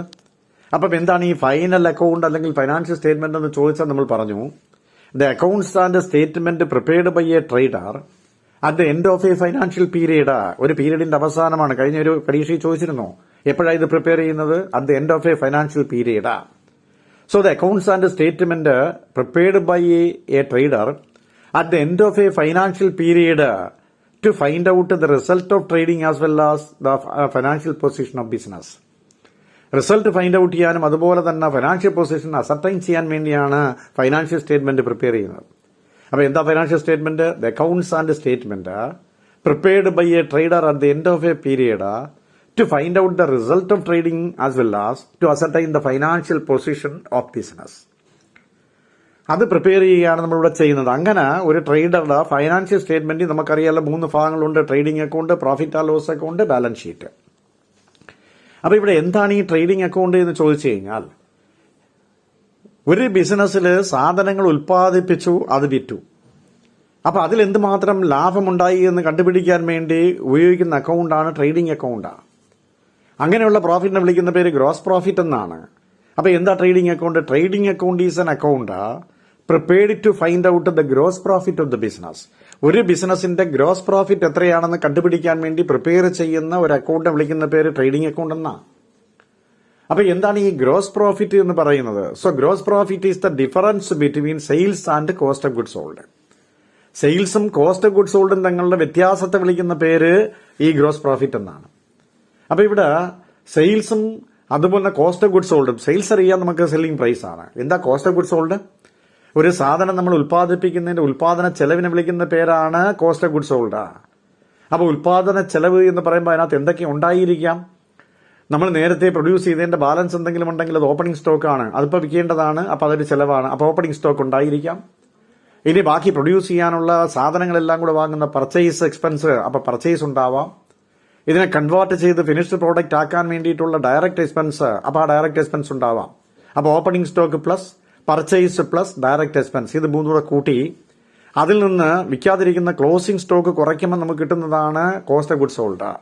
അപ്പോൾ കോസ്റ്റ് ഓഫ് ഗുഡ്സ് സോൾഡ് എങ്ങനെ കണ്ടുപിടിക്കാം? Opening stock plus purchase plus direct expense minus closing stock. Equation നമുക്കറിയണം. ഇത് നമ്മൾ കൂട്ടിയെടുത്തിട്ട് സെയിൽസിൽ നിന്ന് ഡീവിയേറ്റ് ചെയ്താൽ കിട്ടുന്നതാണ് ഗ്രോസ് പ്രോഫിറ്റ്. അപ്പോൾ gross profit is the difference between sales and cost of goods sold. That means it is the excess of sales over cost of goods sold. തിരിഞ്ഞു വന്നാൽ ഗ്രോസ് ലോസ് ആയിരിക്കും. സെയിൽസ് കുറവും cost of goods sold കൂടുതലുമാണെങ്കിൽ അതിനെ വിളിക്കുന്ന പേര് gross loss എന്നാ. അപ്പോൾ ഒരു പേന നമ്മൾ മാനുഫാക്ചർ ചെയ്യാൻ വേണ്ടിയിട്ട് 10 രൂപ നമുക്ക് ചിലവായി, അത് വിറ്റപ്പം 15 രൂപ കിട്ടിയെങ്കിൽ അതിന് നമ്മൾ ആ 5 രൂപയെ വിളിക്കുന്ന പേര് ഗ്രോസ് പ്രോഫിറ്റ് എന്നാ. അപ്പോൾ ഈ ഗ്രോസ് പ്രോഫിറ്റ് കണ്ടുപിടിക്കാൻ വേണ്ടിയിട്ട് മാത്രമാണ് നമ്മൾ ട്രേഡിംഗ് അക്കൗണ്ട് പ്രിപ്പയർ ചെയ്യുന്ന. So trading account is prepared to find out the gross profit of the business. So gross profit is the excess of sales over cost of goods sold. Cost of goods sold is equal to opening stock plus purchase plus direct expense minus closing stock. ഇതാണ് നമുക്ക് trading അക്കൗണ്ടിന്റെ ലക്ഷ്യമെന്ന് പറയുന്നത്. അപ്പൊ യഥാർത്ഥത്തിൽ ഈ gross profit ബിസിനസിന്റെ യഥാർത്ഥ പ്രോഫിറ്റ് ആണോ? അല്ല, ഒരിക്കലുമല്ല. സാധനം ഉൽപ്പാദിപ്പിച്ചതിന്റെ ഉൽപാദന ചെലവും വിറ്റപ്പോഴുമുണ്ടായ ലാഭമാണ് യഥാർത്ഥത്തിൽ എന്തെന്ന് പറയുന്നത്, ഇവിടുത്തെ ഗ്രോസ് പ്രോഫിറ്റ് എന്ന് പറയുന്നത്. പക്ഷേ അങ്ങനെ ഒരു സാധനം ഉൽപ്പാദിപ്പിച്ചാൽ ഉടനെ തന്നെ നമുക്ക് ഡയറക്റ്റ് ആയിട്ട് അങ്ങ് വിൽക്കാൻ പറ്റുമോ? പറ്റത്തില്ല. അപ്പൊ ഈ സാധനം നമ്മൾ ഉൽപ്പാദിപ്പിച്ചു. ഇവിടെ നേരത്തെ ഞാൻ പറഞ്ഞ എക്സാമ്പിളില് 10 രൂപ പേനയായി 15 രൂപയ്ക്കാണ് നമ്മൾ വിറ്റത്. അപ്പൊ 5 രൂപ കിട്ടിയത് പിന്നെ പ്രോഫിറ്റ് നമ്മൾ ഗ്രോസ് പ്രോഫിറ്റ് എന്നാ വിളിച്ച. അത് യഥാർത്ഥ പ്രോഫിറ്റ് അല്ല. കാരണം ഈ പേന മാനുഫാക്ചർ ചെയ്യുന്ന എക്സ്പെൻസേ ആയുള്ളൂ. ഇനി അത് വിൽക്കാൻ വേണ്ടിയിട്ട് നമുക്ക് ഇൻഡയറക്റ്റ് ആയിട്ടുള്ള ചെലവുകളുണ്ട്. ഓഫീസിൽ വരുന്ന എക്സ്പെൻസാ. നേരത്തെ നമ്മൾ ഫാക്ടറിയിൽ ഉണ്ടാകുന്ന എക്സ്പെൻസ് മാത്രമേ എടുത്തുള്ളൂ. അപ്പൊ ഈ ഗ്രോസ് പ്രോഫിറ്റിൽ നിന്ന് ഇൻഡയറക്റ്റ് ആയിട്ടുള്ള എക്സ്പെൻസുകൾ എന്തെങ്കിലും ഉണ്ടെങ്കിൽ അതെല്ലാം നമ്മൾ കുറയ്ക്കണം. ഇൻഡയറക്റ്റ് എക്സ്പെൻസ് കുറയ്ക്കണം എന്ന് പറഞ്ഞാൽ ഈ പ്രോഡക്റ്റ് വിൽക്കാൻ വേണ്ടി നമുക്ക് എന്തെല്ലാം വേണം? ഒരു ഓഫീസ് വേണം, അപ്പോൾ അതിന് റെന്റ് കൊടുക്കണം, അതുപോലെ എംപ്ലോയീസ് വേണം, സാലറി കൊടുക്കണം, അല്ലെ ലൈറ്റിംഗ് കൊടുക്കണം, ഇൻഷുറൻസ് വേണം, ഒരുപാട് എക്സ്പെൻസ് അതിനകത്ത് വരാറുണ്ട്. അതിനെല്ലാം നമ്മൾ ഓഫീസിൽ വരുന്ന എക്സ്പെൻസ് ആണ്, ഇൻഡയറക്റ്റ് ആയിട്ട് വരുന്ന എക്സ്പെൻസ് ആണ്. അപ്പോൾ ഈ ഗ്രോസ് പ്രോഫിറ്റിൽ നിന്ന് ഇൻഡയറക്റ്റ് ആയിട്ടുള്ള എക്സ്പെൻസുകളെല്ലാം കുറച്ച് കിട്ടുന്ന യഥാർത്ഥ പ്രോഫിറ്റിനെ വിളിക്കുന്ന പേര് നെറ്റ് പ്രോഫിറ്റ് എന്നാണ്. അപ്പോൾ ഒരു ബിസിനസിന്റെ റിയൽ പ്രോഫിറ്റ്, യഥാർത്ഥ പ്രോഫിറ്റ്, ആക്ച്വൽ പ്രോഫിറ്റ് എന്ന് പറയുന്നത് നെറ്റ് പ്രോഫിറ്റ് ആണ്. അപ്പൊ നെറ്റ് പ്രോഫിറ്റ് എന്താണെന്ന് ചോദിച്ചാൽ നെറ്റ് റിസൾട്ട് ഓഫ് ട്രേഡിംഗ് ആണ്. എക്സ്പെൻസിന്റെയും ഇൻകത്തിന്റെയും ഡിഫറൻസ്, ഇൻകത്തിൽ നിന്ന് എക്സ്പെൻസ് കുറയ്ക്കുമ്പോൾ കിട്ടുന്നതാണ് എന്തെന്ന് പറയുന്ന നെറ്റ് പ്രോഫിറ്റ്. അപ്പൊ എല്ലാം കഴിഞ്ഞ് യഥാർത്ഥ പ്രോഫിറ്റിനെ വിളിക്കുന്ന പേര് നെറ്റ് പ്രോഫിറ്റ് ആണ്. It is the difference between income and expense. തിരിഞ്ഞു വന്നാൽ നെറ്റ് ലോസ് ആണ്, നമുക്കറിയാം. അപ്പൊ ഈ പറഞ്ഞിരിക്കുന്ന നെറ്റ് പ്രോഫിറ്റ് ആയ ബിസിനസിന്റെ യഥാർത്ഥ പ്രോഫിറ്റ് കണ്ടുപിടിക്കാൻ വേണ്ടി പ്രിപ്പയർ ചെയ്യുന്ന അക്കൗണ്ടിനെ വിളിക്കുന്ന പേരാണ് എന്തെന്ന് പറയുന്നത് പ്രോഫിറ്റ് ആൻഡ് ലോസ് അക്കൗണ്ട്. അതാണ് ഇപ്പൊ രണ്ടാമത്തെ account. Profit and loss account is an account which is prepared to find out the net profit of the business.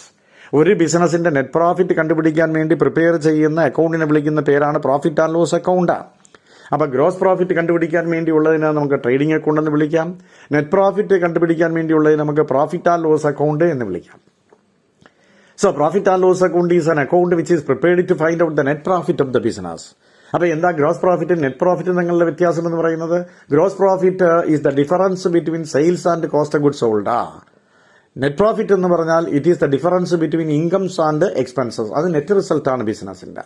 അപ്പൊ ഇതാണ് പ്രോഫിറ്റ് ആൻഡ് ലോസ് അക്കൗണ്ട് എന്ന് പറയുന്നത്. അപ്പൊ രണ്ട് അക്കൗണ്ടുകൾ മനസ്സിലായി. ഇനി നമുക്കറിയേണ്ട മൂന്നാമത്തെ ഐറ്റം എന്ന് പറയുന്നത് ബാലൻസ് ഷീറ്റാണ്. അപ്പൊ ഇവിടെ ഇതിനു മുമ്പ് നമ്മൾ ഒരു കാര്യം മനസ്സിലാക്കണം. ഈ ട്രേഡിംഗ് അക്കൗണ്ടിൽ വരുന്ന ഐറ്റംസ് ഏതൊക്കെയാ? ട്രേഡിംഗ് അക്കൗണ്ടിൽ വരുന്ന ഐറ്റംസ് നേരത്തെ ഞാൻ പറഞ്ഞു. ഓപ്പണിംഗ് സ്റ്റോക്ക്, ഡെബിറ്റ് സൈഡിൽ ഓപ്പണിംഗ് സ്റ്റോക്ക്, പർച്ചേസ്. ഈ പർച്ചേസിൽ നിന്ന് റിട്ടേൺസ് കുറയ്ക്കുന്നതിനെ വിളിക്കുന്ന പേര് നെറ്റ് പർച്ചേസ് എന്നാണ്. അത് കഴിഞ്ഞിട്ട് പിന്നെ ഡയറക്റ്റ് എക്സ്പെൻസ് ആയിട്ടുള്ള വേജസ്, ക്യാരേജ് ഇൻവോയ്സ്, പിന്നെ ഫാക്ടറിയിൽ ഉണ്ടാകുന്ന നേരിട്ടുള്ള എക്സ്പെൻസുകൾ, ഇതെല്ലാം ഡെബിറ്റ് ചെയ്യും. സെയിൽസും ക്ലോസിംഗ് സ്റ്റോക്കും ക്രെഡിറ്റ് സൈഡിൽ എഴുതും. ഇനി റോയൽറ്റി എന്തെങ്കിലും ഉണ്ടെങ്കിൽ അതും നമ്മൾ ട്രേഡിംഗ് അക്കൗണ്ടിൽ എഴുതാം നമുക്ക്. അപ്പൊ അങ്ങനെയുള്ള ഐറ്റംസ് ഒക്കെ എഴുതും.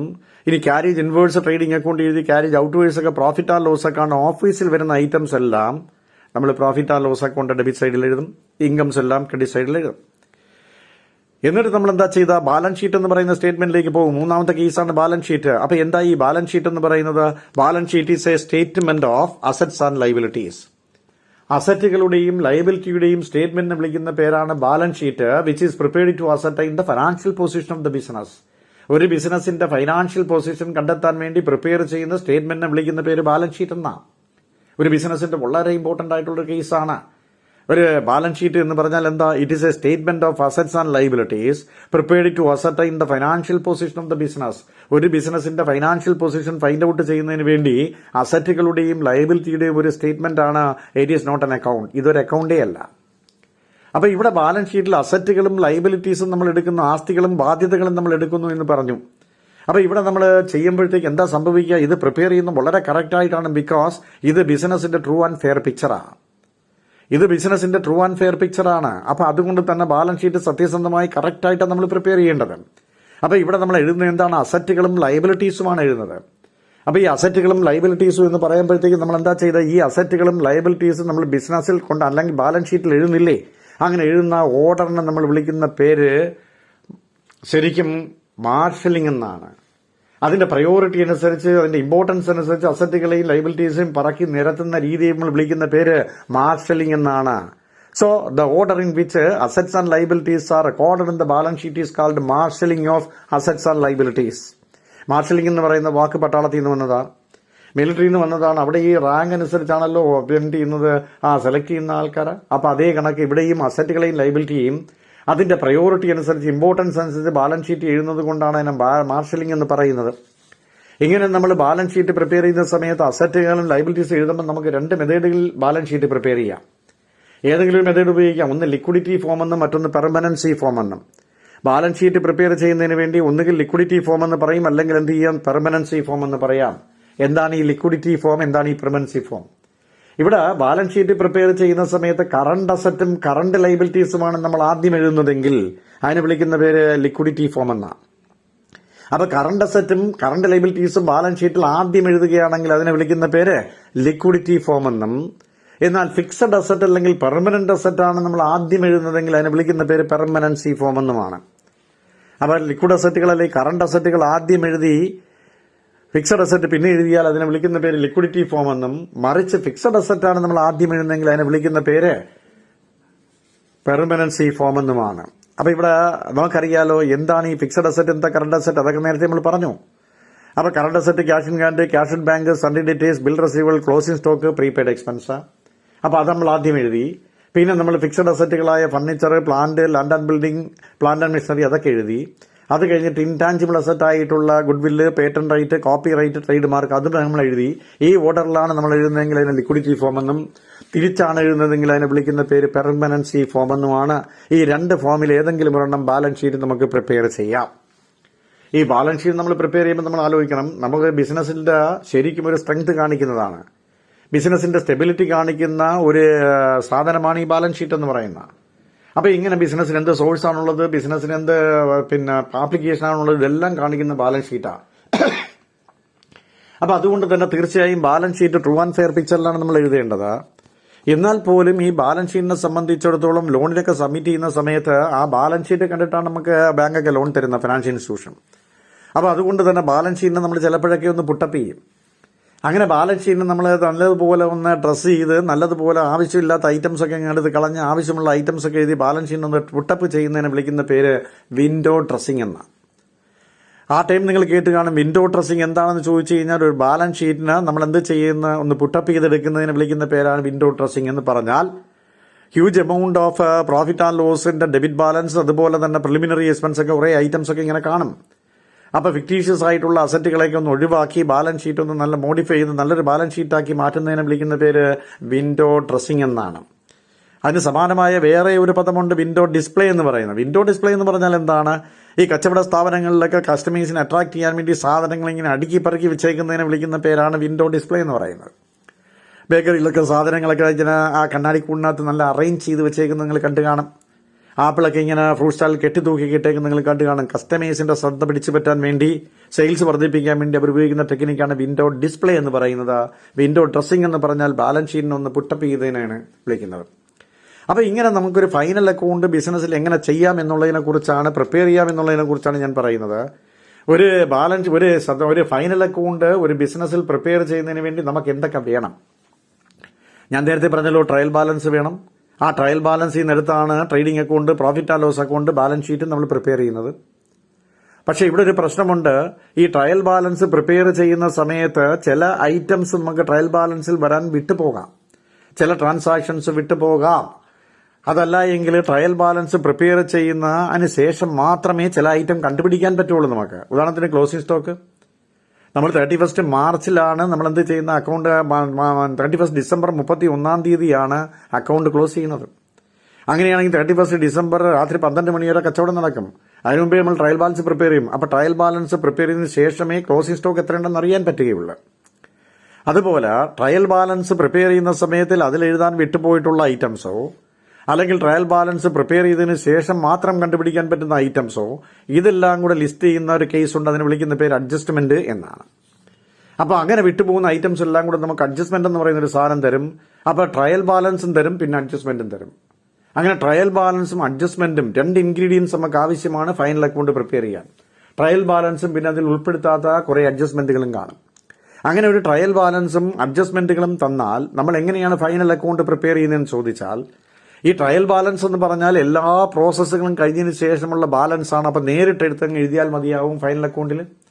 ഉദാഹരണത്തിന് സാലറി എന്ന് പറയുന്ന ഒരു ഐറ്റം തന്നിരുന്നാൽ ട്രേഡിംഗ് അക്കൗണ്ടിലല്ല പ്രോഫിറ്റ് ആൻഡ് ലോസ് അക്കൗണ്ടിലാണ് അത് വരുന്നത്. അത് അവിടെ ഇങ്ങനെ എഴുതുമ്പോൾ പ്രശ്നം തീർന്നു. ഇനി അതുപോലെ തന്നെ റെന്റ് എന്ന് പറയുന്ന ഐറ്റം തന്നാൽ ഡെബിറ്റ് സൈഡ് എഴുതി തീർന്നു ആ പ്രശ്നം. പക്ഷേ ട്രയൽ ബാലൻസ് എഴുതാൻ വിട്ടുപോയിട്ടുള്ള ഒരു ഐറ്റം അഡ്ജസ്റ്റ്മെന്റിൽ തന്നാൽ ആ ഐറ്റം നമുക്ക് നേരിട്ടങ്ങ് എഴുതാൻ പറ്റത്തില്ല. കാരണം ട്രയൽ ബാലൻസിൽ ഉൾപ്പെടുത്തി അഡ്ജസ്റ്റ് ചെയ്തിട്ട് മാത്രമേ നമുക്ക് എന്ത് ചെയ്യാൻ പറ്റൂ, ഫൈനൽ അക്കൗണ്ട് എടുക്കാൻ പറ്റൂ.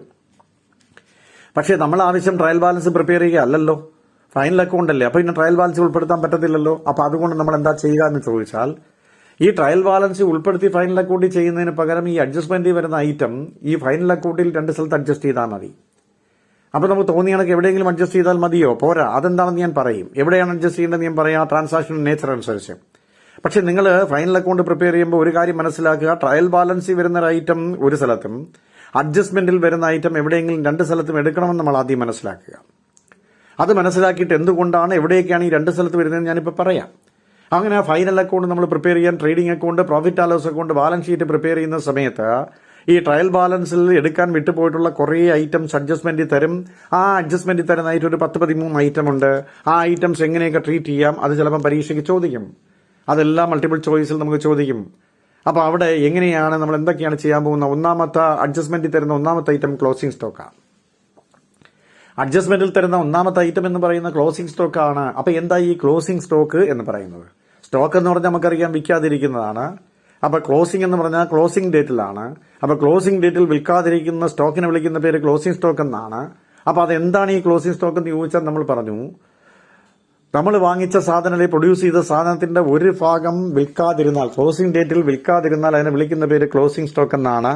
അപ്പോൾ നമ്മൾ പറഞ്ഞു a part of the goods which remain unsold at the end of a period is called closing stock. ഇതാണ് അതിന്റെ വ്യക്തി കേസ്. ഒരു part of the goods produced which remain unsold at the end of the പീരിയഡിന്റെ അവസാനം ഒരു ഭാഗം, ഗുഡ്സിന്റെ ഒരു ഭാഗം വിൽക്കാതിരുന്നാൽ അതിനെ വിളിക്കുന്ന പേര് ക്ലോസിംഗ് സ്റ്റോക്ക് എന്നാണ്. അപ്പോൾ ഈ ക്ലോസിംഗ് സ്റ്റോക്ക് നമുക്ക് ട്രയൽ ബാലൻസിൽ തരാം, അഡ്ജസ്റ്റ്മെന്റിൽ തരാം, 2 സ്ഥലത്തും തരാം. ഈ ക്ലോസിംഗ് സ്റ്റോക്ക് ട്രയൽ ബാലൻസിൽ തരികയാണെങ്കിൽ നമുക്ക് വേറെ പ്രശ്നമൊന്നുമില്ല, ഒരു സ്ഥലത്ത് എടുത്താൽ മതി. അത് അസറ്റാണ്, ബാലൻസ് ഷീറ്റിന്റെ അസറ്റ് സൈഡിൽ നേരിട്ടങ്ങ് എടുക്കാം. പക്ഷേ ഈ ക്ലോസിംഗ് സ്റ്റോക്ക് അഡ്ജസ്റ്റ്മെന്റിൽ തന്നാൽ നമുക്ക് കാര്യം മാറി 2 സ്ഥലത്ത് എടുക്കണം. ഇത് അഡ്ജസ്റ്റ് ചെയ്യണം നമ്മൾ ആദ്യം. അപ്പോൾ അതിനുവേണ്ടി നമ്മൾ എന്ത് ചെയ്യും? ട്രയൽ ബാലൻസിലല്ല അഡ്ജസ്റ്റ്മെന്റിലാണ് ക്ലോസിംഗ് സ്റ്റോക്ക് തരുന്നതെങ്കിൽ അത് ട്രേഡിംഗ് അക്കൗണ്ടിന്റെ ക്രെഡിറ്റ് സൈഡിൽ ക്ലോസിംഗ് സ്റ്റോക്ക് എടുക്കുകയും വേണം, ബാലൻസ് ഷീറ്റിന്റെ അസറ്റ് സൈഡിൽ എടുക്കുകയും വേണം. അപ്പോൾ 2 സ്ഥലത്ത് എടുക്കണം. ട്രേഡിംഗ് അക്കൗണ്ട് ക്രെഡിറ്റ് സൈഡിലും എടുക്കണം, ബാലൻസ് ഷീറ്റിന്റെ അസറ്റ് സൈഡിലും എടുക്കണം. 2 സ്ഥലത്ത് അഡ്ജസ്റ്റ് ചെയ്യുമ്പോൾ അത് തീർന്നു പ്രശ്നം. So if the closing stock is given in trial balance it should be taken on the balance sheet. അത് ബാലൻസ് ഷീറ്റ് എടുത്താൽ മാത്രം മതി. മറിച്ച് അഡ്ജസ്റ്റ്മെന്റിലാണ് നമുക്ക് തരുന്നതെങ്കിൽ it should be taken on the credit side of trading account as well as asset side of the balance sheet. അവിടെ trading account credit സൈഡിലും എടുക്കണം, ബാലൻസ് ഷീറ്റിന്റെ അസറ്റ് സൈഡിലും എടുക്കണം, 2 സ്ഥലത്തും എടുക്കണം. ഇതാണ് ഒന്നാമത്തെ അഡ്ജസ്റ്റ്മെന്റ് ആയിട്ടുള്ള ക്ലോസിംഗ് സ്റ്റോക്ക് എന്ന് നമ്മൾ പറഞ്ഞത്. ഇനി രണ്ടാമത്തെ അഡ്ജസ്റ്റ്മെന്റ് എന്ന് പറയുന്നത് ഔട്ട്സ്റ്റാൻഡിംഗ് എക്സ്പെൻസ് ആണ്. എന്താണ് ഈ ഔട്ട്സ്റ്റാൻഡിംഗ് എക്സ്പെൻസ് എന്ന് പറയുന്നത്? അപ്പോൾ ഔട്ട്സ്റ്റാൻഡിംഗ് എക്സ്പെൻസ് എന്ന് പറഞ്ഞു കഴിഞ്ഞാൽ ഒരു എക്സ്പെൻസ് കൊടുക്കാനുള്ള സമയമായി, പക്ഷേ നമ്മൾ കൊടുത്തിട്ടില്ല. Expenses due but not paid എന്നാണ് പറയുന്നത്. എക്സ്പെൻസ് കൊടുക്കേണ്ട സമയമായി, പക്ഷേ നമ്മൾ ഇതുവരെയും കൊടുത്തിട്ടില്ല എങ്കിൽ എക്സ്പെൻസ് ഡ്യൂ അല്ലെങ്കിൽ എക്സ്പെൻസ് അൺപെയ്ഡ് അല്ലെങ്കിൽ എക്സ്പെൻസ് ഔട്ട്സ്റ്റാൻഡിംഗ് എന്ന് പറയും. അപ്പോൾ എക്സ്പെൻസ് ഔട്ട്സ്റ്റാൻഡിംഗ് മനസ്സിലായല്ലോ. The expense which is due but not paid is called outstanding expense. ഇവിടെ സാലറി നമ്മൾ എന്ത് ചെയ്തു, 2000 രൂപ കൊടുത്തു, ഇനി 1000 രൂപയും കൂടെ കൊടുക്കാനുണ്ട്. സത്യത്തിൽ ഈ 2000 രൂപ കൊടുത്തു 1000 രൂപയും കൊടുക്കാനുണ്ടെങ്കിൽ നമ്മൾ അക്രൂവൽ ബേസിലാണ് ഈ അക്കൗണ്ടിങ് പ്രിപ്പയർ ചെയ്യുന്നത്. എന്താ അക്രൂവൽ ബേസിസ്? കൊടുത്ത ആക്ച്വൽ ക്യാഷ് മാത്രമേ നമ്മൾ എഴുതുള്ളെങ്കിൽ അത് ക്യാഷ് ബേസിസ് ആണ്. അക്രൂവൽ ബേസിസ് എന്ന് പറഞ്ഞാൽ കൊടുത്തതിനോടൊപ്പം കൊടുക്കാനുള്ള കൊണ്ട് ചേർത്ത് യഥാർത്ഥ എക്സ്പെൻസും യഥാർത്ഥ ഇൻകവുമാണ് നമ്മൾ എഴുതുന്നതെങ്കിൽ അതിന് നമ്മൾ വിളിക്കുന്ന പേര് അക്രൂവൽ ബേസിസ് എന്നാണ്. അപ്പോൾ അക്കൗണ്ടിങ് പ്രിപ്പയർ ചെയ്യുന്ന എല്ലാം നമ്മൾ അക്രൂവൽ ബേസിസിലാണെന്ന് നിങ്ങൾ ഓർക്കുക. ഇവിടെ സാലറി 2000 കൊടുത്തു, അത് ട്രയൽ ബാലൻസിലുണ്ട് കൊടുത്തത്. ഇനി കൊടുക്കാനുള്ളത് അഡ്ജസ്റ്റ്മെന്റ് 1000 രൂപയുണ്ട്. അപ്പോൾ യഥാർത്ഥത്തിൽ 2000 രൂപ കൊടുത്തു, ഇനി 1000 രൂപ കൊടുക്കാനുണ്ടെന്ന് പറഞ്ഞാൽ യഥാർത്ഥ എക്സ്പെൻസ് 3000 രൂപയാണ് സാലറി. അപ്പോൾ സാലറി 3000 രൂപ കാണിച്ചെങ്കിലേ യഥാർത്ഥ പ്രോഫിറ്റ് കിട്ടത്തുള്ളൂ. അതുകൊണ്ട് നമ്മൾ എന്ത് ചെയ്യും, ഈ സാലറി എന്ന് പറയുന്ന സാധനം ഔട്ട്സ്റ്റാൻഡിങ് എക്സ്പെൻസ് ആണ്, അപ്പോൾ യഥാർത്ഥ എക്സ്പെൻസ് ആണ്. അപ്പോൾ അതുകൊണ്ട് നമ്മൾ എന്ത് ചെയ്യും, പ്രോഫിറ്റ് ആ ലോസ് കൊണ്ട് ഡെബിറ്റ് സൈഡ് സാലറി ഇന്നർ കോളത്തിൽ 2000 കാണിക്കും, ആഡ് ഔട്ട്സ്റ്റാൻഡിങ് കൂട്ടി 3000 ഔട്ടർ കോളത്തിൽ കാണിക്കും. അപ്പോൾ സാലറി ഔട്ട്സ്റ്റാൻഡിങ് എന്ന് പറയുമ്പോഴോ എക്സ്പെൻസ് ഔട്ട്സ്റ്റാൻഡിങ് എന്ന് പറഞ്ഞോ അതാത് എക്സ്പെൻസിനോടൊപ്പം കൂട്ടണം, ബാലൻസ് ഷീറ്റിന്റെ ലയബിലിറ്റി സൈഡിൽ കാണിക്കണം. കാരണം ഇത് കൊടുത്തിട്ടില്ലല്ലോ നമ്മൾ. അപ്പോൾ ഇത് കൊടുക്കാനുണ്ട്, കൊടുത്തില്ല, നമുക്ക് ലയബിലിറ്റിയാണ്, ബാധ്യതയാണ്. അതുകൊണ്ട് 2 സ്ഥലത്ത് കാണിക്കണം. അപ്പോൾ എക്സ്പെൻസിൽ ഇത് കൂട്ടി കാണിക്കുകയും വേണം. ഈ കൊടുക്കാനുള്ള എമൗണ്ട് കൊടുക്കേണ്ടതാണ്, അപ്പോൾ അത് ബാധ്യതയാണ്, അതുകൊണ്ട് ഇത് ലയബിലിറ്റി സൈഡിൽ കാണിക്കുകയും വേണം. അങ്ങനെ ഔട്ട്സ്റ്റാൻഡിങ് എക്സ്പെൻസ് വന്നാൽ അതാത് എക്സ്പെൻസിനോടൊപ്പം കൂട്ടണം, ബാലൻസ് ഷീറ്റിന്റെ ലയബിലിറ്റി സൈഡിൽ കാണിക്കണം. It should be added along with the expense and shown on the liability side of the balance sheet. അപ്പോൾ അതാണ് സാലറി ഔട്ട്സ്റ്റാൻഡിങ് എന്ന് നമ്മളിവിടെ പറഞ്ഞത്. അപ്പോൾ ഔട്ട്സ്റ്റാൻഡിങ് എക്സ്പെൻസ് മനസ്സിലായി. ഇനി അതുപോലെ തന്നെ ഔട്ട്സ്റ്റാൻഡിങ് എക്സ്പെൻസ് പോലെ തന്നെ ഔട്ട്സ്റ്റാൻഡിങ് ഇൻകം ഉണ്ട്. നമ്മൾ അങ്ങോട്ട് കൊടുക്കാനുണ്ട്, കൊടുത്തില്ല, അതാണ് ഔട്ട്സ്റ്റാൻഡിങ് എക്സ്പെൻസ്. നമുക്ക് ഇങ്ങോട്ട് കിട്ടാൻ, ബിസിനസ്സിന് ഇങ്ങോട്ട് കിട്ടാനുണ്ട്, കിട്ടിയില്ല, അതിന് വിളിക്കുന്ന പേര് ഔട്ട്സ്റ്റാൻഡിങ് ഇൻകം എന്നല്ല, ആ പേരിന് അക്രൂഡ് ഇൻകം എന്നേ പറയത്തുള്ളൂ. ഔട്ട്സ്റ്റാൻഡിങ് എന്ന് പറയത്തില്ല, പകരം അക്രൂഡ് ഇൻകം. അപ്പോൾ what mean by accrued income? Income due but not received. Income കിട്ടേണ്ട സമയമായി, പക്ഷേ നമ്മളിത് റിസീവ് ചെയ്തില്ല. ഇൻകം കിട്ടേണ്ട സമയമായി, നമ്മളിത് റിസീവ് ചെയ്തില്ല എങ്കിൽ അതിനെ വിളിക്കുന്ന പേര് അക്രൂഡ് ഇൻകം എന്നാണ്. അപ്പോൾ നമുക്ക് ഇവിടെ 5000 രൂപ കിട്ടിയിട്ടുണ്ട്, അത് ട്രയൽ ബാലൻസിലുണ്ട്. ഇനി 2000 രൂപയും കൂടെ കിട്ടാനുണ്ട് എങ്കിൽ മൊത്തം കിട്ടാനുള്ള എമൗണ്ട് 7000 അപ്പോൾ നമ്മൾ ഇൻകം സൈഡിൽ കിട്ടിയത് 5000-നോടൊപ്പം കിട്ടാനുള്ള 2000 കൂടെ ചേർത്ത് 7000 രൂപ അവിടെ കാണിക്കും. 2000 രൂപ കിട്ടാനുണ്ട്, കിട്ടിയില്ല, എന്നായാലും കിട്ടിയേ പറ്റും, നമുക്ക് അസറ്റാ. അപ്പോൾ അവിടെ ഈ 2000 രൂപ ബാലൻസ് ഷീറ്റിന്റെ അസറ്റ് സൈഡിൽ കാണിക്കും. അപ്പോൾ എന്താണ് അക്രൂഡ് ഇൻകം എന്ന് ചോദിച്ചാൽ income due but not received. അപ്പോൾ നമ്മൾ എന്ത് ചെയ്യും, അതാത് ഇൻകത്തോടൊപ്പം ഈ അക്രൂഡ് ഇൻകം കൂട്ടും, ബാലൻസ് ഷീറ്റിന്റെ അസറ്റ് സൈഡിൽ കാണിക്കും. അപ്പോൾ ഔട്ട്സ്റ്റാൻഡിങ് എക്സ്പെൻസ് വന്നാൽ ബാലൻസ് ഷീറ്റിന്റെ ലയബിലിറ്റി സൈഡിൽ കാണിക്കും, അക്രൂഡ് ഇൻകം വന്നാൽ ബാലൻസ് ഷീറ്റിന്റെ അസറ്റ് സൈഡിൽ കാണിക്കും. രണ്ടും കൂട്ടുക ചെയ്യുന്ന കൺസേൺഡ് ഐറ്റത്തോടൊപ്പം. അപ്പോൾ ഔട്ട്സ്റ്റാൻഡിങ് എക്സ്പെൻസും അക്രൂഡ് ഇൻകവും കിട്ടി നമുക്ക്. ഇനി നമുക്കറിയേണ്ടത് എക്സ്പെൻസിനകത്ത് നമുക്കെന്താ പ്രീപെയ്ഡ് എക്സ്പെൻസ് മുമ്പേ കൊടുക്കാം. നമ്മൾ കൊടുക്കാനുണ്ട്, കൊടുത്തില്ല, അത് ശരിയാണ്. അതേപോലെ എക്സ്പെൻസ് മുമ്പേ കൊടുക്കാം. അപ്പൊ എന്താണ് അങ്ങനെ മുമ്പേ കൊടുക്കുന്നതിന് വിളിക്കുന്ന പേര് പ്രീപെയ്ഡ് എക്സ്പെൻസ് എന്നാണ്. അപ്പൊ എന്താ ഈ പ്രീപെയ്ഡ് എക്സ്പെൻസ് എന്ന് പറയുന്ന expenses paid in advance. Expenses paid in advance is called prepaid expenses. That means expense നമ്മൾ കൊടുത്തു ബട്ട് നോട്ട് ഡ്യൂ. ഇവിടെ ഡ്യൂ ആയില്ല, പക്ഷേ നമ്മൾ മുൻപേ കൊടുത്തേക്കാണ് എന്ന് പറഞ്ഞാൽ ഇവിടെ 5000 രൂപ നമ്മൾ കൊടുത്തു കഴിഞ്ഞു, ട്രയൽ ബാലൻസ് കിടപ്പുണ്ട്. പക്ഷേ ഇതിൽ 1000 രൂപ അടുത്ത വർഷത്തേക്കുള്ളതാ, കൊടുക്കേണ്ട സമയം ആയില്ല, അഡ്വാൻസ് കൊടുത്തിരിക്കുക. അപ്പൊ നമ്മൾ എന്ത് ചെയ്യും, ഈ മൊത്തമുള്ള യഥാർത്ഥ എക്സ്പെൻസിലേക്ക് കാണിക്കാവൂ. അപ്പൊ 5000-ൽ നിന്ന് 1000 കുറച്ച് 4000 ഔട്ടർ കുളത്തിൽ കാണിക്കും. അപ്പൊ ഈ 5000 അടുത്ത വർഷത്തേക്ക് നമ്മൾ ഇപ്പോഴേ കൊടുത്തിരിക്കുകയാണ്. അപ്പൊ ഇതൊരു അസറ്റാ. അപ്പൊ അതുകൊണ്ട് ഇത് ബാലൻസ് ഷീറ്റിന്റെ അസറ്റ് സൈഡിൽ കാണിക്കും. അങ്ങനെ പ്രീപെയ്ഡ് എക്സ്പെൻസ് വന്നാൽ അതാത് എക്സ്പെൻസിൽ നിന്ന് കുറയ്ക്കുകയും ബാലൻസ് ഷീറ്റിന്റെ അസറ്റ് സൈഡിൽ കാണിക്കുകയും ചെയ്യും. അപ്പൊ expenses paid but not due is called prepaid എക്സ്പെൻസാ. അപ്പൊ അത് എക്സ്പെൻസിന്റെ കേസിലാണ്. ഇനി ഇൻകത്തിന്റെ കേസിലാണെങ്കിലോ നമ്മൾ നേരത്തെ വാങ്ങിച്ചു വെക്കാം.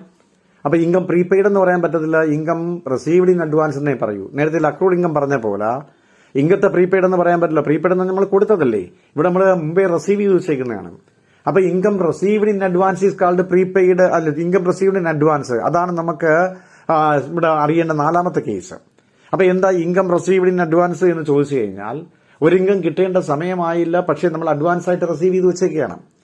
നമുക്ക് 5000 രൂപ തന്നു, പക്ഷേ ഈ വർഷത്തെ എല്ലാ 1000 രൂപ അടുത്ത വർഷത്തെ ഇപ്പോഴേ വാങ്ങിച്ചു വെച്ചേക്കുകയാണ് നമ്മൾ. അങ്ങനെ ഇപ്പോഴേ വാങ്ങിച്ചു വെച്ചേക്കുകയാണെങ്കിൽ നമുക്ക് ഇപ്പം എത്രയുള്ള യഥാർത്ഥത്തിൽ 4000 ഉള്ളൂ. അപ്പം 5000-ന് 1000 കുറച്ച് 4000 നമ്മളവിടെ എഴുതി. ഈ 1000 എന്ന് പറയുന്ന അടുത്ത വർഷത്തേക്ക് ഇപ്പോഴേ വാങ്ങിച്ചു വെച്ചേക്കണം. അതുവരെ നമ്മൾ കൊടുക്കാനുള്ളതാണ്, നമുക്ക് ബാധ്യതയാണ്, ലൈബിലിറ്റിയാണ്. അപ്പം പ്രീപെയ്ഡ് എക്സ്പെൻസ് എന്ന് പറയുന്നത് അതാത് എക്സ്പെൻസിൽ കുറയ്ക്കണം, ബാലൻസ് ഷീറ്റിന്റെ അസറ്റ് സൈഡിൽ കാണിക്കണം. ഇൻകം റിസീവ്ഡ് ഇൻ അഡ്വാൻസ് എന്ന് പറഞ്ഞാൽ അതായത് ഇൻകത്തിൽ കുറയ്ക്കും, ബാലൻസ് ഷീറ്റിന്റെ ലൈബിലിറ്റി സൈഡിൽ കാണിക്കണം.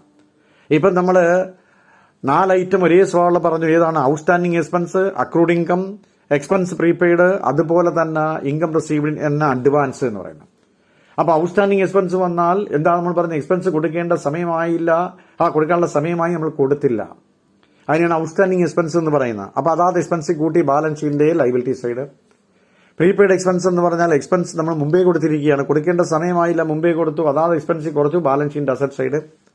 അക്രൂഡ് ഇൻകം എന്ന് പറഞ്ഞു കഴിഞ്ഞാൽ ഇൻകം കിട്ടേണ്ട സമയമായി പക്ഷേ കിട്ടിയില്ല, അപ്പൊ ഇൻകത്തോടൊപ്പം കൂട്ടി ബാലൻസ് ഷീറ്റിന്റെ asset side. Income received in advance എന്ന് പറഞ്ഞാൽ നമ്മൾ അഡ്വാൻസായി റിസീവ് ചെയ്ത് വെച്ചേക്കാണ്, അപ്പൊ അതിന്റെ സമയമായില്ല, അതുകൊണ്ട് ഇൻകത്തിൽ നിന്ന് കുറച്ചു, ബാലൻസ് ഷീറ്റിന്റെ ലയബിലിറ്റി സൈഡിൽ കാണിച്ചു. ഇപ്പൊ നമ്മൾ 5 ഐറ്റമായി: closing stock, outstanding expense, accrued income, prepaid expense, income received in advance, അങ്ങനെ 5 ഐറ്റമായി. ഇനി 6ാമത്തെ അഡ്ജസ്റ്റ്മെന്റ് എന്ന് പറയുന്നത് നമുക്കറിയാം ഡിപ്രീസിയേഷൻ ആണ്. എന്താണ് ഈ ഡിപ്രീസിയേഷൻ? അങ്ങനെ ഒരു ചാപ്റ്റർ നമുക്ക് പഠിക്കാനുണ്ട്, ഞാനത് പഠിപ്പിക്കും. അപ്പൊ ഡിപ്രീസിയേഷൻ എന്താണെന്ന് ചോദിച്ചാൽ അസറ്റിന്റെ കണ്ടിന്യൂസ് ആയിട്ട് അസറ്റ് ഉപയോഗിക്കും തോറും അസറ്റിന്റെ വാല്യൂവിൽ ഉണ്ടാകുന്ന കുറവിനെ വിളിക്കുന്ന പേര് ഡിപ്രീസിയേഷൻ എന്നാണ്. അസറ്റിന്റെ വാല്യൂവിൽ ഉണ്ടാകുന്ന കുറവ്, അസറ്റ് നിരന്തരം ഉപയോഗിച്ചില്ലെങ്കിലും ഡിപ്രീസിയേഷൻ ഉണ്ടാവും. ഞാൻ 5 ലക്ഷം രൂപ കൊടുത്തൊരു കാറ് വാങ്ങിച്ചിട്ട് ഞാൻ എന്താ ചെയ്തു, അത് ഓടിച്ച് നടക്കുകയാണെങ്കിൽ അതിന് തേയ്മാനം ഉണ്ടാവും. ഇനി ഞാനത് ഓടിക്കുന്നില്ല, പകരം ഞാൻ ഷെഡിൽ ഇട്ടേക്കുകയാണെങ്കിൽ അങ്ങനെ ഓടിക്കാതിരുന്നാലും അതിന് തേയ്മാനം ഉണ്ടാവും. അപ്പൊ അതുകൊണ്ട് തന്നെ അസറ്റ് ഉപയോഗിച്ചാലും ഇല്ലെങ്കിലും അസറ്റിന്റെ വാല്യൂവിൽ ഉണ്ടാകുന്ന കുറവിനെ വിളിക്കുന്ന പേര് ഡിപ്രീസിയേഷൻ എന്നാണ്. അപ്പൊ ഈ ഡിപ്രീസിയേഷൻ വന്നു കഴിഞ്ഞാൽ അതും ബിസിനസ്സിൽ നമ്മൾ എന്ത് ചെയ്യണം? റെക്കോർഡ് ചെയ്യണം. ഇത് നോൺ ക്യാഷ് എക്സ്പെൻസ് ആണ്. അത് റെക്കോർഡ് ചെയ്തില്ല എങ്കിൽ സ്വാഭാവികമായിട്ട് നമുക്ക് യഥാർത്ഥ പ്രോഫിറ്റ് കിട്ടത്തില്ല. അപ്പൊ ഫിക്സഡ് അസറ്റിന്റെ തേയ്മാനത്തെ നമ്മൾ വിളിക്കുന്ന പേരാണ് ഡിപ്രീസിയേഷൻ. കറണ്ട് അസറ്റിന്റെ തേയ്മാനത്തെ നമ്മൾ വിളിക്കുന്ന പേര് ഫ്ലക്ച്വേഷൻസ് എന്നാണ്. അതേസമയം ഇൻടാഞ്ചിബിൾ അസറ്റ് ആണെങ്കിൽ അതിന്റെ കുറവിനെ വിളിക്കുന്ന പേര് അമർട്ടൈസേഷൻ എന്നാണ്. അങ്ങനെ 3 രീതിയിൽ അറിയപ്പെടുന്ന ഫിക്സഡ് അസറ്റിന്റെ കുറവിനകത്ത് ഡിപ്രീസിയേഷൻ, കറണ്ട് അസറ്റിനകത്ത് ഫ്ലക്ച്വേഷൻസ്, ഇൻടാഞ്ചിബിൾ അസറ്റിനകത്ത് അമർട്ടൈസേഷൻ. അപ്പൊ ഇത് വന്നാൽ തീർച്ചയായും നമ്മൾ എന്ത് ചെയ്യണം? ബുക്സ് ഓഫ് അക്കൗണ്ടിൽ റെക്കോർഡ് ചെയ്യണം. അപ്പൊ അതുകൊണ്ട് ഡിപ്രീസിയേഷൻ അഡ്ജസ്റ്റ്മെന്റിൽ തന്നാൽ നമ്മൾ എന്ത് ചെയ്യും? ഇത് നഷ്ടമാണ്. അതുകൊണ്ട് profit and loss account debit സൈഡിൽ കാണിച്ചു, ബാലൻസ് ഷീറ്റ് ഏത് അസറ്റിലാണോ കുറവെന്ന് അതിൽ കുറച്ചങ്ങ് എഴുതിയാൽ മതി. അതാണ് അതിന്റെ ട്രീറ്റ്മെന്റ്. ഡിപ്രീസിയേഷൻ എന്ന് പറഞ്ഞാൽ നമുക്കറിയാം decrease in the value of an asset. Decrease in the value of an asset, അസറ്റിന്റെ വാല്യൂവിൽ ഉണ്ടാകുന്ന കുറവിനെ വിളിക്കുന്ന പേര് ഡിപ്രീസിയേഷൻ എന്നാണ്. അങ്ങനെ ഡിപ്രീസിയേഷൻ വന്നു കഴിഞ്ഞാൽ നമ്മൾ എന്ത് ചെയ്യും? അതാത് അസറ്റിൽ കുറയ്ക്കും, ബാലൻസ് ഷീറ്റിൽ അതാത് അസറ്റിൽ കുറച്ചെഴുതും, പ്രോഫിറ്റ് ആൻഡ് ലോസ് അക്കൗണ്ട് ആ ഡിപ്രീസിയേഷൻ ഡെബിറ്റ് സൈഡിൽ എഴുതും. ഇതാണ് 6ാമത്തെ അഡ്ജസ്റ്റ്മെന്റ് ആയ ഡിപ്രീസിയേഷൻ. ഇനി 7ാമത്തെ അഡ്ജസ്റ്റ്മെന്റ് എന്ന് പറയുന്നത് ഇൻട്രസ്റ്റ് ഓൺ ക്യാപിറ്റൽ ആണ്. എന്താണ് ഈ ഇൻട്രസ്റ്റ് ഓൺ ക്യാപിറ്റൽ എന്ന് പറയുന്നത്? ഒരു ട്രേഡർ ബിസിനസ്സിലേക്ക് ആദ്യമായി കൊണ്ടുവരുന്ന എമൗണ്ടിനെ വിളിക്കുന്ന പേര് ക്യാപിറ്റലാണ്. നമ്മൾ പറഞ്ഞല്ലോ അത്. അങ്ങനെ കൊണ്ടുവരുന്ന ക്യാപിറ്റൽ എന്ന് പറയുമ്പോഴത്തേക്ക് ബിസിനസ്സിലേക്ക് ക്യാപിറ്റൽ കൊണ്ടുവരുമ്പോൾ എൻറ്റിറ്റി കോൺസെപ്റ്റ് ആണ്. ബിസിനസ് വേറെയാണ്, ട്രേഡർ വേറെയാണ്. അപ്പൊ ബിസിനസ് ട്രേഡർ കയ്യിൽ നിന്ന് ക്യാപിറ്റൽ കടം വാങ്ങിച്ചു എന്നാണ് അതിന്റെ വൈപ്പ്. അതുകൊണ്ടാണ് ലൈബിലിറ്റി ആയത് ക്യാപിറ്റൽ. അങ്ങനെ ഉപയോഗിക്കുന്ന ക്യാപിറ്റലിന് ട്രേഡർ എന്ത് കൊടുക്കണം? ഇൻട്രസ്റ്റ് കൊടുക്കണം. തീർച്ചയായിട്ടും ട്രേഡറല്ല, ബിസിനസ് ട്രേഡർക്ക് ഇൻട്രസ്റ്റ് കൊടുക്കണം. അപ്പൊ ബിസിനസിനെ സംബന്ധിച്ചുള്ള ചെലവാണ്. അങ്ങനെ ട്രേഡർ കൊണ്ടുവരുന്ന ക്യാപിറ്റൽ ബിസിനസ് ഉപയോഗിക്കുമ്പോഴത്തേക്ക് അതിന് കൊടുക്കുന്ന ഇൻട്രസ്റ്റിനെ വിളിക്കുന്ന പേര് ഇൻട്രസ്റ്റ് ഓൺ ക്യാപിറ്റൽ എന്നാണ്. അങ്ങനെ ഇൻട്രസ്റ്റ് ഓൺ ക്യാപിറ്റൽ വന്നാൽ തീർച്ചയായും എന്താ സംഭവം ചോദിച്ചു കഴിഞ്ഞാൽ ആ ഇൻട്രസ്റ്റ് ഓൺ ക്യാപിറ്റൽ എന്ന് പറയുന്നത് ചെലവാണ് ബിസിനസിനെ സംബന്ധിച്ചോളം. അപ്പൊ അത് പ്രോഫിറ്റ് ആൻഡ് ലോസ് കൊണ്ട് debit side interest on capital കാണിക്കണം, ക്യാപിറ്റലിൽ കൂട്ടി ബാലൻസ് ഷീറ്റിന്റെ ലയബിലിറ്റി സൈഡിൽ കാണിക്കണം. അപ്പൊ ഇൻട്രസ്റ്റ് ഓൺ ക്യാപിറ്റൽ വന്നാൽ പ്രോഫിറ്റ് ആൻഡ് ലോസ് കൊണ്ട് ഡെബിറ്റ് സൈഡിൽ എടുക്കുകയും ബാലൻസ് ഷീറ്റ് ക്യാപിറ്റലിൽ കൂട്ടി എടുക്കുകയും ലയബിലിറ്റി സൈഡിൽ കാണിക്കുകയും വേണം. അപ്പൊ അതാണ് ഇൻട്രസ്റ്റ് ഓൺ ക്യാപിറ്റൽ. ഇപ്പൊ നമുക്ക് 7 ഐറ്റമായി. ഇനി 8ാമത്തെ ഐറ്റം എന്ന് പറയുന്നത് ഇൻട്രസ്റ്റ് ഓൺ ഡ്രോയിങ്സ് ആണ്. എന്താ ഡ്രോയിങ്സ് എന്നൊക്കെ ഞാൻ പഠിപ്പിച്ചു നിങ്ങളെ. ഒരു ട്രേഡർ ക്യാപിറ്റൽ കൊണ്ടുവന്നാൽ ആ കൊണ്ടുവന്ന ക്യാപിറ്റലിന്റെ ഒരു ഭാഗം സ്വന്തം ആവശ്യത്തിന് വേണ്ടി തിരിച്ചെടുത്താൽ അതിനെ വിളിക്കുന്ന പേര് ഡ്രോയിങ്സ് എന്നാണ്. അപ്പൊ ആ ഡ്രോയിങ്സ് ക്യാപിറ്റലിന് അങ്ങോട്ട് ഇൻട്രസ്റ്റ് കൊടുക്കണം, അപ്പൊ തിരിച്ചെടുത്താലോ ഇങ്ങോട്ട് ഇൻട്രസ്റ്റ് വരണം. അപ്പൊ ട്രേഡർ ആ ഡ്രോയിങ്സിന് ഇൻട്രസ്റ്റ് ഫേമിന് കൊടുത്താൽ ഫേമിനെ സംബന്ധിച്ചിടത്തോളം അത് ഇൻകമാണ്. അപ്പൊ അത് profit and loss account credit സൈഡിൽ എടുക്കും ഇൻട്രസ്റ്റ് ഓൺ ഡ്രോയിങ്സ്. അതോടൊപ്പം തന്നെ ഡ്രോയിങ്സിൽ കൂട്ടി ക്യാപിറ്റലിൽ നിന്ന് കുറയ്ക്കും.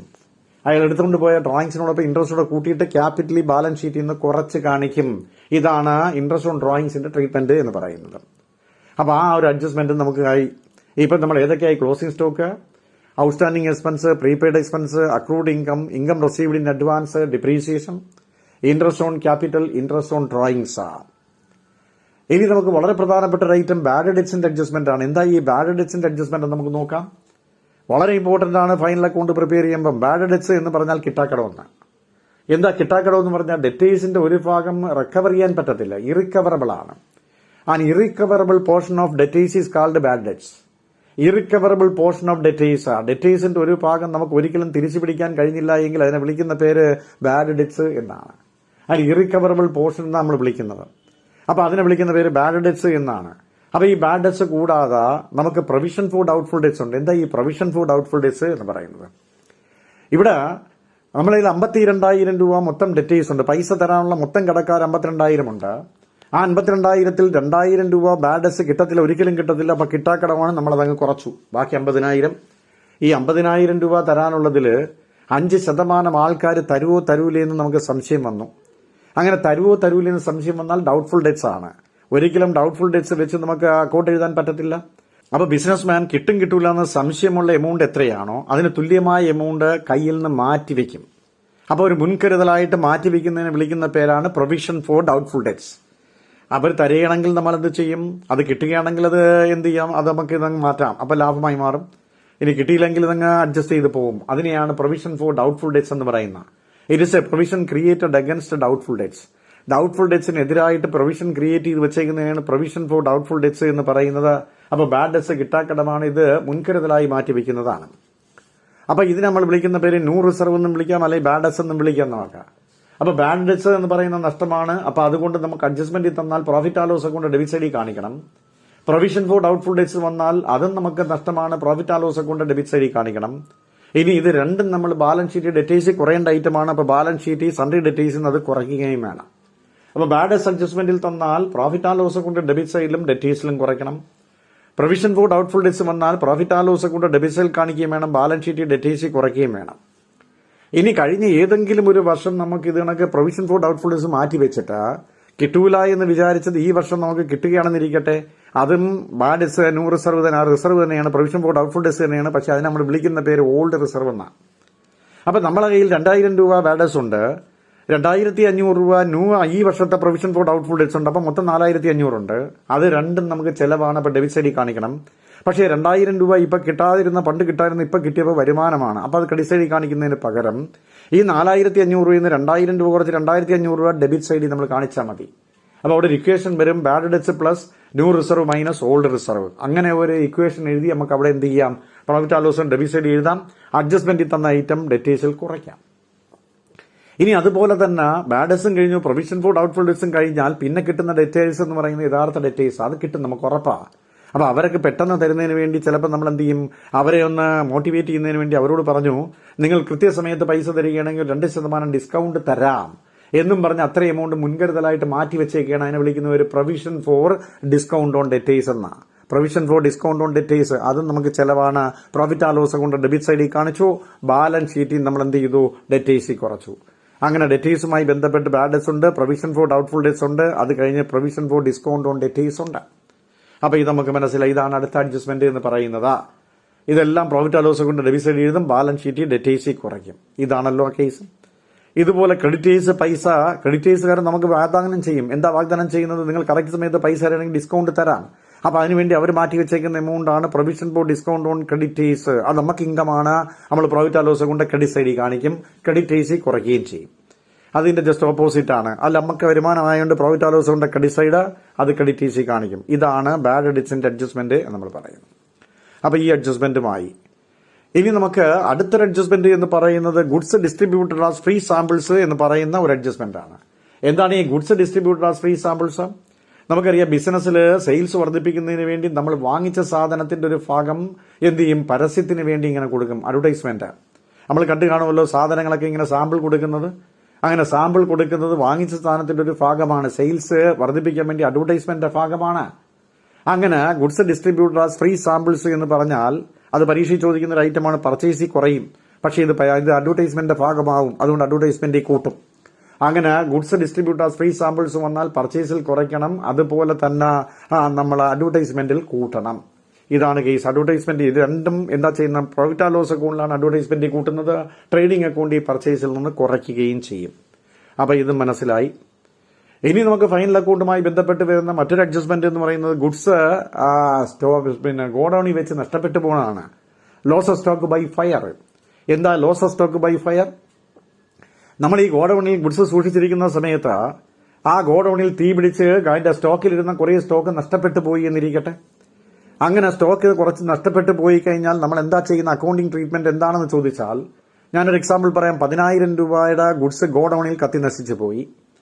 പക്ഷേ നമ്മളിത് ഇൻഷുർ ചെയ്തിട്ടുണ്ടായിരുന്നു. അപ്പോൾ ഇൻഷുർ ചെയ്തിട്ടുള്ളത് കൊണ്ട് തീർച്ചയായും നമുക്ക് എന്താ ചെയ്തതെന്ന് പറഞ്ഞാൽ ഇൻഷുറൻസ് കമ്പനി എടുത്ത് പറഞ്ഞാൽ അത്രയും പൈസ നമുക്ക് തരുമല്ലോ.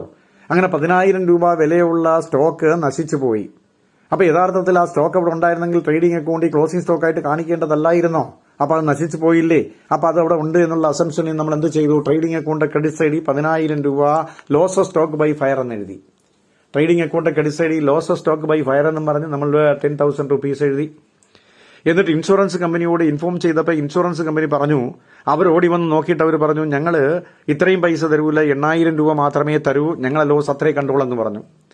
അങ്ങനെ ഇൻഷുറൻസ് കമ്പനി അത്രേ തരുവെങ്കിൽ തരാമെന്ന് പറഞ്ഞ എമൗണ്ട് എത്രയാണോ അത് ബാലൻസ് ഷീറ്റിന്റെ അസറ്റ് സൈഡിൽ തരും തന്നിട്ടില്ല. അപ്പോൾ അസറ്റാ, അപ്പോൾ ബാലൻസ് ഷീറ്റിന്റെ അസറ്റ് സൈഡിൽ കാണിച്ചു.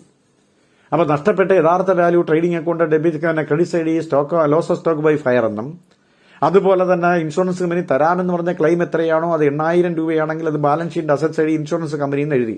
അപ്പോൾ നമുക്ക് യഥാർത്ഥ നഷ്ടം 2,000 രൂപയുള്ളൂ. ആ നഷ്ടം പ്രോഫിറ്റ് ആ ലോസ് കൊണ്ട് ഡെബിറ്റ് സൈഡിൽ loss of stock by fire എന്ന് എഴുതി. അപ്പോൾ ഇവിടെ 3 ട്രീറ്റ്മെന്റ് ആണ് അതിനകത്തുള്ളത്. നഷ്ടപ്പെട്ടതിന്റെ value trading account credit side, യഥാർത്ഥ നഷ്ടം പ്രോഫിറ്റ് ആ loss account debit side, insurance company തരാമെന്ന് ഏറ്റത് ബാലൻസ് ഷീറ്റിന്റെ അസറ്റ് സൈഡ്. ഇതാണ് loss of stock by fire എന്ന് നമ്മൾ പറയുന്നത്. അപ്പോൾ അങ്ങനെ ഒരു ട്രീറ്റ്മെന്റ് നമുക്ക് ഫൈനൽ കൊണ്ട് ചെയ്യാം. ഇത് ഒക്കെ നമുക്ക് പ്രാക്ടിക്കൽ സൈഡ് പോലെ അവർ പരീക്ഷയിൽ ചോദിക്കുമ്പോൾ നമുക്ക് എഴുതാൻ പറ്റും. ഇവിടെ ഇങ്ങനൊരു എക്സാമ്പിൾ തന്നിട്ട് എത്രയാണ് പ്രോഫിറ്റ് ആ ലോസ് അക്കൗണ്ടിൽ നമ്മൾ കാണിക്കേണ്ടതെന്ന് ചോദിച്ചാൽ നമുക്കത് കൃത്യമായിട്ട് മനസ്സിലാവും. അപ്പോൾ ആ ഒരു അഡ്ജസ്റ്റ്മെന്റും കഴിഞ്ഞു. ഇനി നമുക്കൊരു അഡ്ജസ്റ്റ്മെന്റ് കൂടെ പഠിക്കാനുണ്ട്. Managers commission. എന്താ മാനേജേഴ്സ് കമ്മീഷൻ? ഒരു ബിസിനസ്സിൽ ട്രേഡിംഗ് പ്രോഫിറ്റ് കൂട്ടുന്നതിന് വേണ്ടി മാനേജേഴ്സിനെ മോട്ടിവേറ്റ് ചെയ്യുന്നതിന് വേണ്ടി ആ പ്രോഫിറ്റിന്റെ ഇത്ര ശതമാനം നിങ്ങൾക്ക് കമ്മീഷൻ തരാം, അല്ലെങ്കിൽ കമ്മീഷൻ തരാം, മാനേജേഴ്സ് കമ്മീഷൻ തരാം എന്ന് പറഞ്ഞുകൊണ്ട് പ്രോമിസ് ചെയ്യുന്നതാണ് മാനേജേഴ്സ് കമ്മീഷൻ.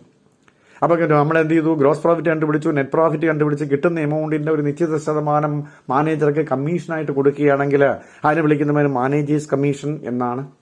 അപ്പോൾ ഈ മാനേജേഴ്സ് കമ്മീഷൻ നമ്മൾ കണ്ടുപിടിച്ച് പ്രോഫിറ്റ് ആ ലോസിന്റെ ഡെബിറ്റ് സൈഡിൽ എഴുതും. അതുപോലെ തന്നെ ഇത് കൊടുക്കാനുണ്ട്, കൊടുത്തില്ല, അത് ലൈബിലിറ്റിയാണ്, ബാലൻസ് ഷീറ്റിന്റെ ലൈബിലിറ്റി സൈഡിൽ കാണിക്കുകയും ചെയ്യും. അപ്പോൾ മാക്സിമം നമുക്ക് എഴുതാൻ പറ്റുന്ന ഫൈനൽ അക്കൗണ്ട് പ്രിപ്പയർ ചെയ്യാൻ പറ്റുന്ന അഡ്ജസ്റ്റ്മെന്റുകൾ ഇത്രയാണ്. അപ്പോൾ ഈ അഡ്ജസ്റ്റ്മെന്റുകളെല്ലാം വളരെ കറക്റ്റായിട്ട് നമ്മൾ അതിലേക്ക് കൊണ്ടുവന്ന് നമ്മൾ എഴുതുമ്പോഴാണ് ഇത് ബാലൻസ് ഷീറ്റായി മാറുന്നത്. ഇപ്പം ഒരു അക്കൗണ്ടിനെ സംബന്ധിച്ചിടത്തോളം ഒരു ബിസിനസിന്റെ ട്രൂ ആൻഡ് ഫെയർ പിക്ചറിൽ റിസൾട്ടും കിട്ടി, അതുപോലെ തന്നെ ഫിനാൻഷ്യൽ പൊസിഷനും കിട്ടി. ഇതാണ് ഒരു അക്കൗണ്ടന്റ് ചെയ്യുന്ന എന്തെന്ന് പറയുന്ന ഫൈനൽ സ്റ്റേറ്റ്മെന്റ് പ്രിപ്പറേഷൻ എന്ന് പറയുന്നത്. ഇപ്പം നമ്മൾ അക്കൗണ്ടിങ്ങിന്റെ ബേസിക് ആയിട്ടുള്ള ഒരു വലിയ ഏരിയയാണ് നമ്മൾ തീർത്തിരിക്കുന്നത്. ഇപ്പം നമുക്ക് ഒരു ബിസിനസ് തുടങ്ങി അതിന്റെ ട്രാൻസാക്ഷൻ ആരംഭിച്ച് ആ ബിസിനസിന്റെ ഒരു വർഷത്തിന്റെ അവസാനം പ്രോഫിറ്റ് കണ്ടുപിടിക്കുന്നത് വരെയുള്ള ഡീറ്റെയിൽഡ് ആയിട്ടുള്ള കാര്യങ്ങൾ വളരെ വ്യക്തമായിട്ട് നമ്മൾ പഠിച്ചു കഴിഞ്ഞു. എല്ലാ ആസ്പെക്ട്സും അതിനകത്തുണ്ട്. ഇനി നമ്മൾ ചാപ്റ്റർ ബൈ ചാപ്റ്റർ ആയിട്ട് കുറെ കാര്യങ്ങൾ പഠിക്കുമ്പോൾ അക്കൗണ്ടൻസി തീരും. അത്രയേ ഉള്ളൂ നമുക്ക് ഇതിനകത്ത് അക്കൗണ്ടൻസി പഠിക്കാൻ. ഇപ്പൊ 2 ക്ലാസുകൾ കൊണ്ട് ഞാൻ അക്കൗണ്ടൻസിയുടെ ഒരു ബഹുഭൂരിപക്ഷം തീർത്തിരിക്കുന്നു. ഇനി അതുപോലെ ഒരു 1-2 ക്ലാസ് കൂടെ ആകുമ്പോൾ അക്കൗണ്ടൻസി ക്ലിയർ കട്ടായിട്ട് മൊത്തം ഇതിനകത്തുള്ള നമ്മൾ പഠിക്കേണ്ട മൊത്തം അക്കൗണ്ടൻസിയുമായി ബന്ധപ്പെട്ടതെല്ലാം തീർന്നിരിക്കും. അപ്പോൾ ഇതാണ് നമ്മളെ ഇന്നത്തെ ക്ലാസ്. നിങ്ങൾ തീർച്ചയായിട്ടും ഇത് കാണണം. നിങ്ങൾക്ക് വളരെ ഗംഭീരമായി മനസ്സിലാവും. നിങ്ങൾക്ക് ഒരു ക്വസ്റ്റ്യന്റെയും അല്ലെങ്കിൽ ഒരു നോട്ട്സിന്റെയും ആവശ്യം ഇതിനകത്ത് വരത്തില്ല. അപ്പം നിങ്ങൾ തീർച്ചയായിട്ടും കാണണം. നിങ്ങൾക്ക് ഇഷ്ടപ്പെട്ടു എങ്കിൽ അത് സബ്സ്ക്രൈബ് ചെയ്യണം, ഷെയർ ചെയ്യണം, ലൈക്ക് ചെയ്യണം. നിങ്ങൾ സബ്സ്ക്രൈബ് ചെയ്യുന്നതനുസരിച്ചാണ് വീണ്ടും ഞാൻ വീഡിയോ ഇടുന്നത്. അപ്പോൾ നിങ്ങൾക്ക് ഈ പരീക്ഷ എത്തുന്നതിന് മുമ്പ് തന്നെ നിങ്ങൾക്ക് ഈ 20 മാർക്കിന്റെ ഒരു നല്ലൊരു ഐഡിയ നിങ്ങൾക്ക് തരാം. അത് കൂടാതെ തന്നെ മറ്റു ടോപ്പിക്കുകളും ഞാൻ നിങ്ങൾക്ക് എടുക്കുന്നതാണ്. അപ്പം നിങ്ങൾ സഹകരിക്കണം. ഇഷ്ടപ്പെട്ടുവെങ്കിൽ സബ്സ്ക്രൈബ് ചെയ്യണം, ഷെയർ ചെയ്യണം, ലൈക്ക് ചെയ്യണം. നമുക്ക് തീർച്ചയായിട്ടും വീണ്ടും കാണാം. താങ്ക്സ്.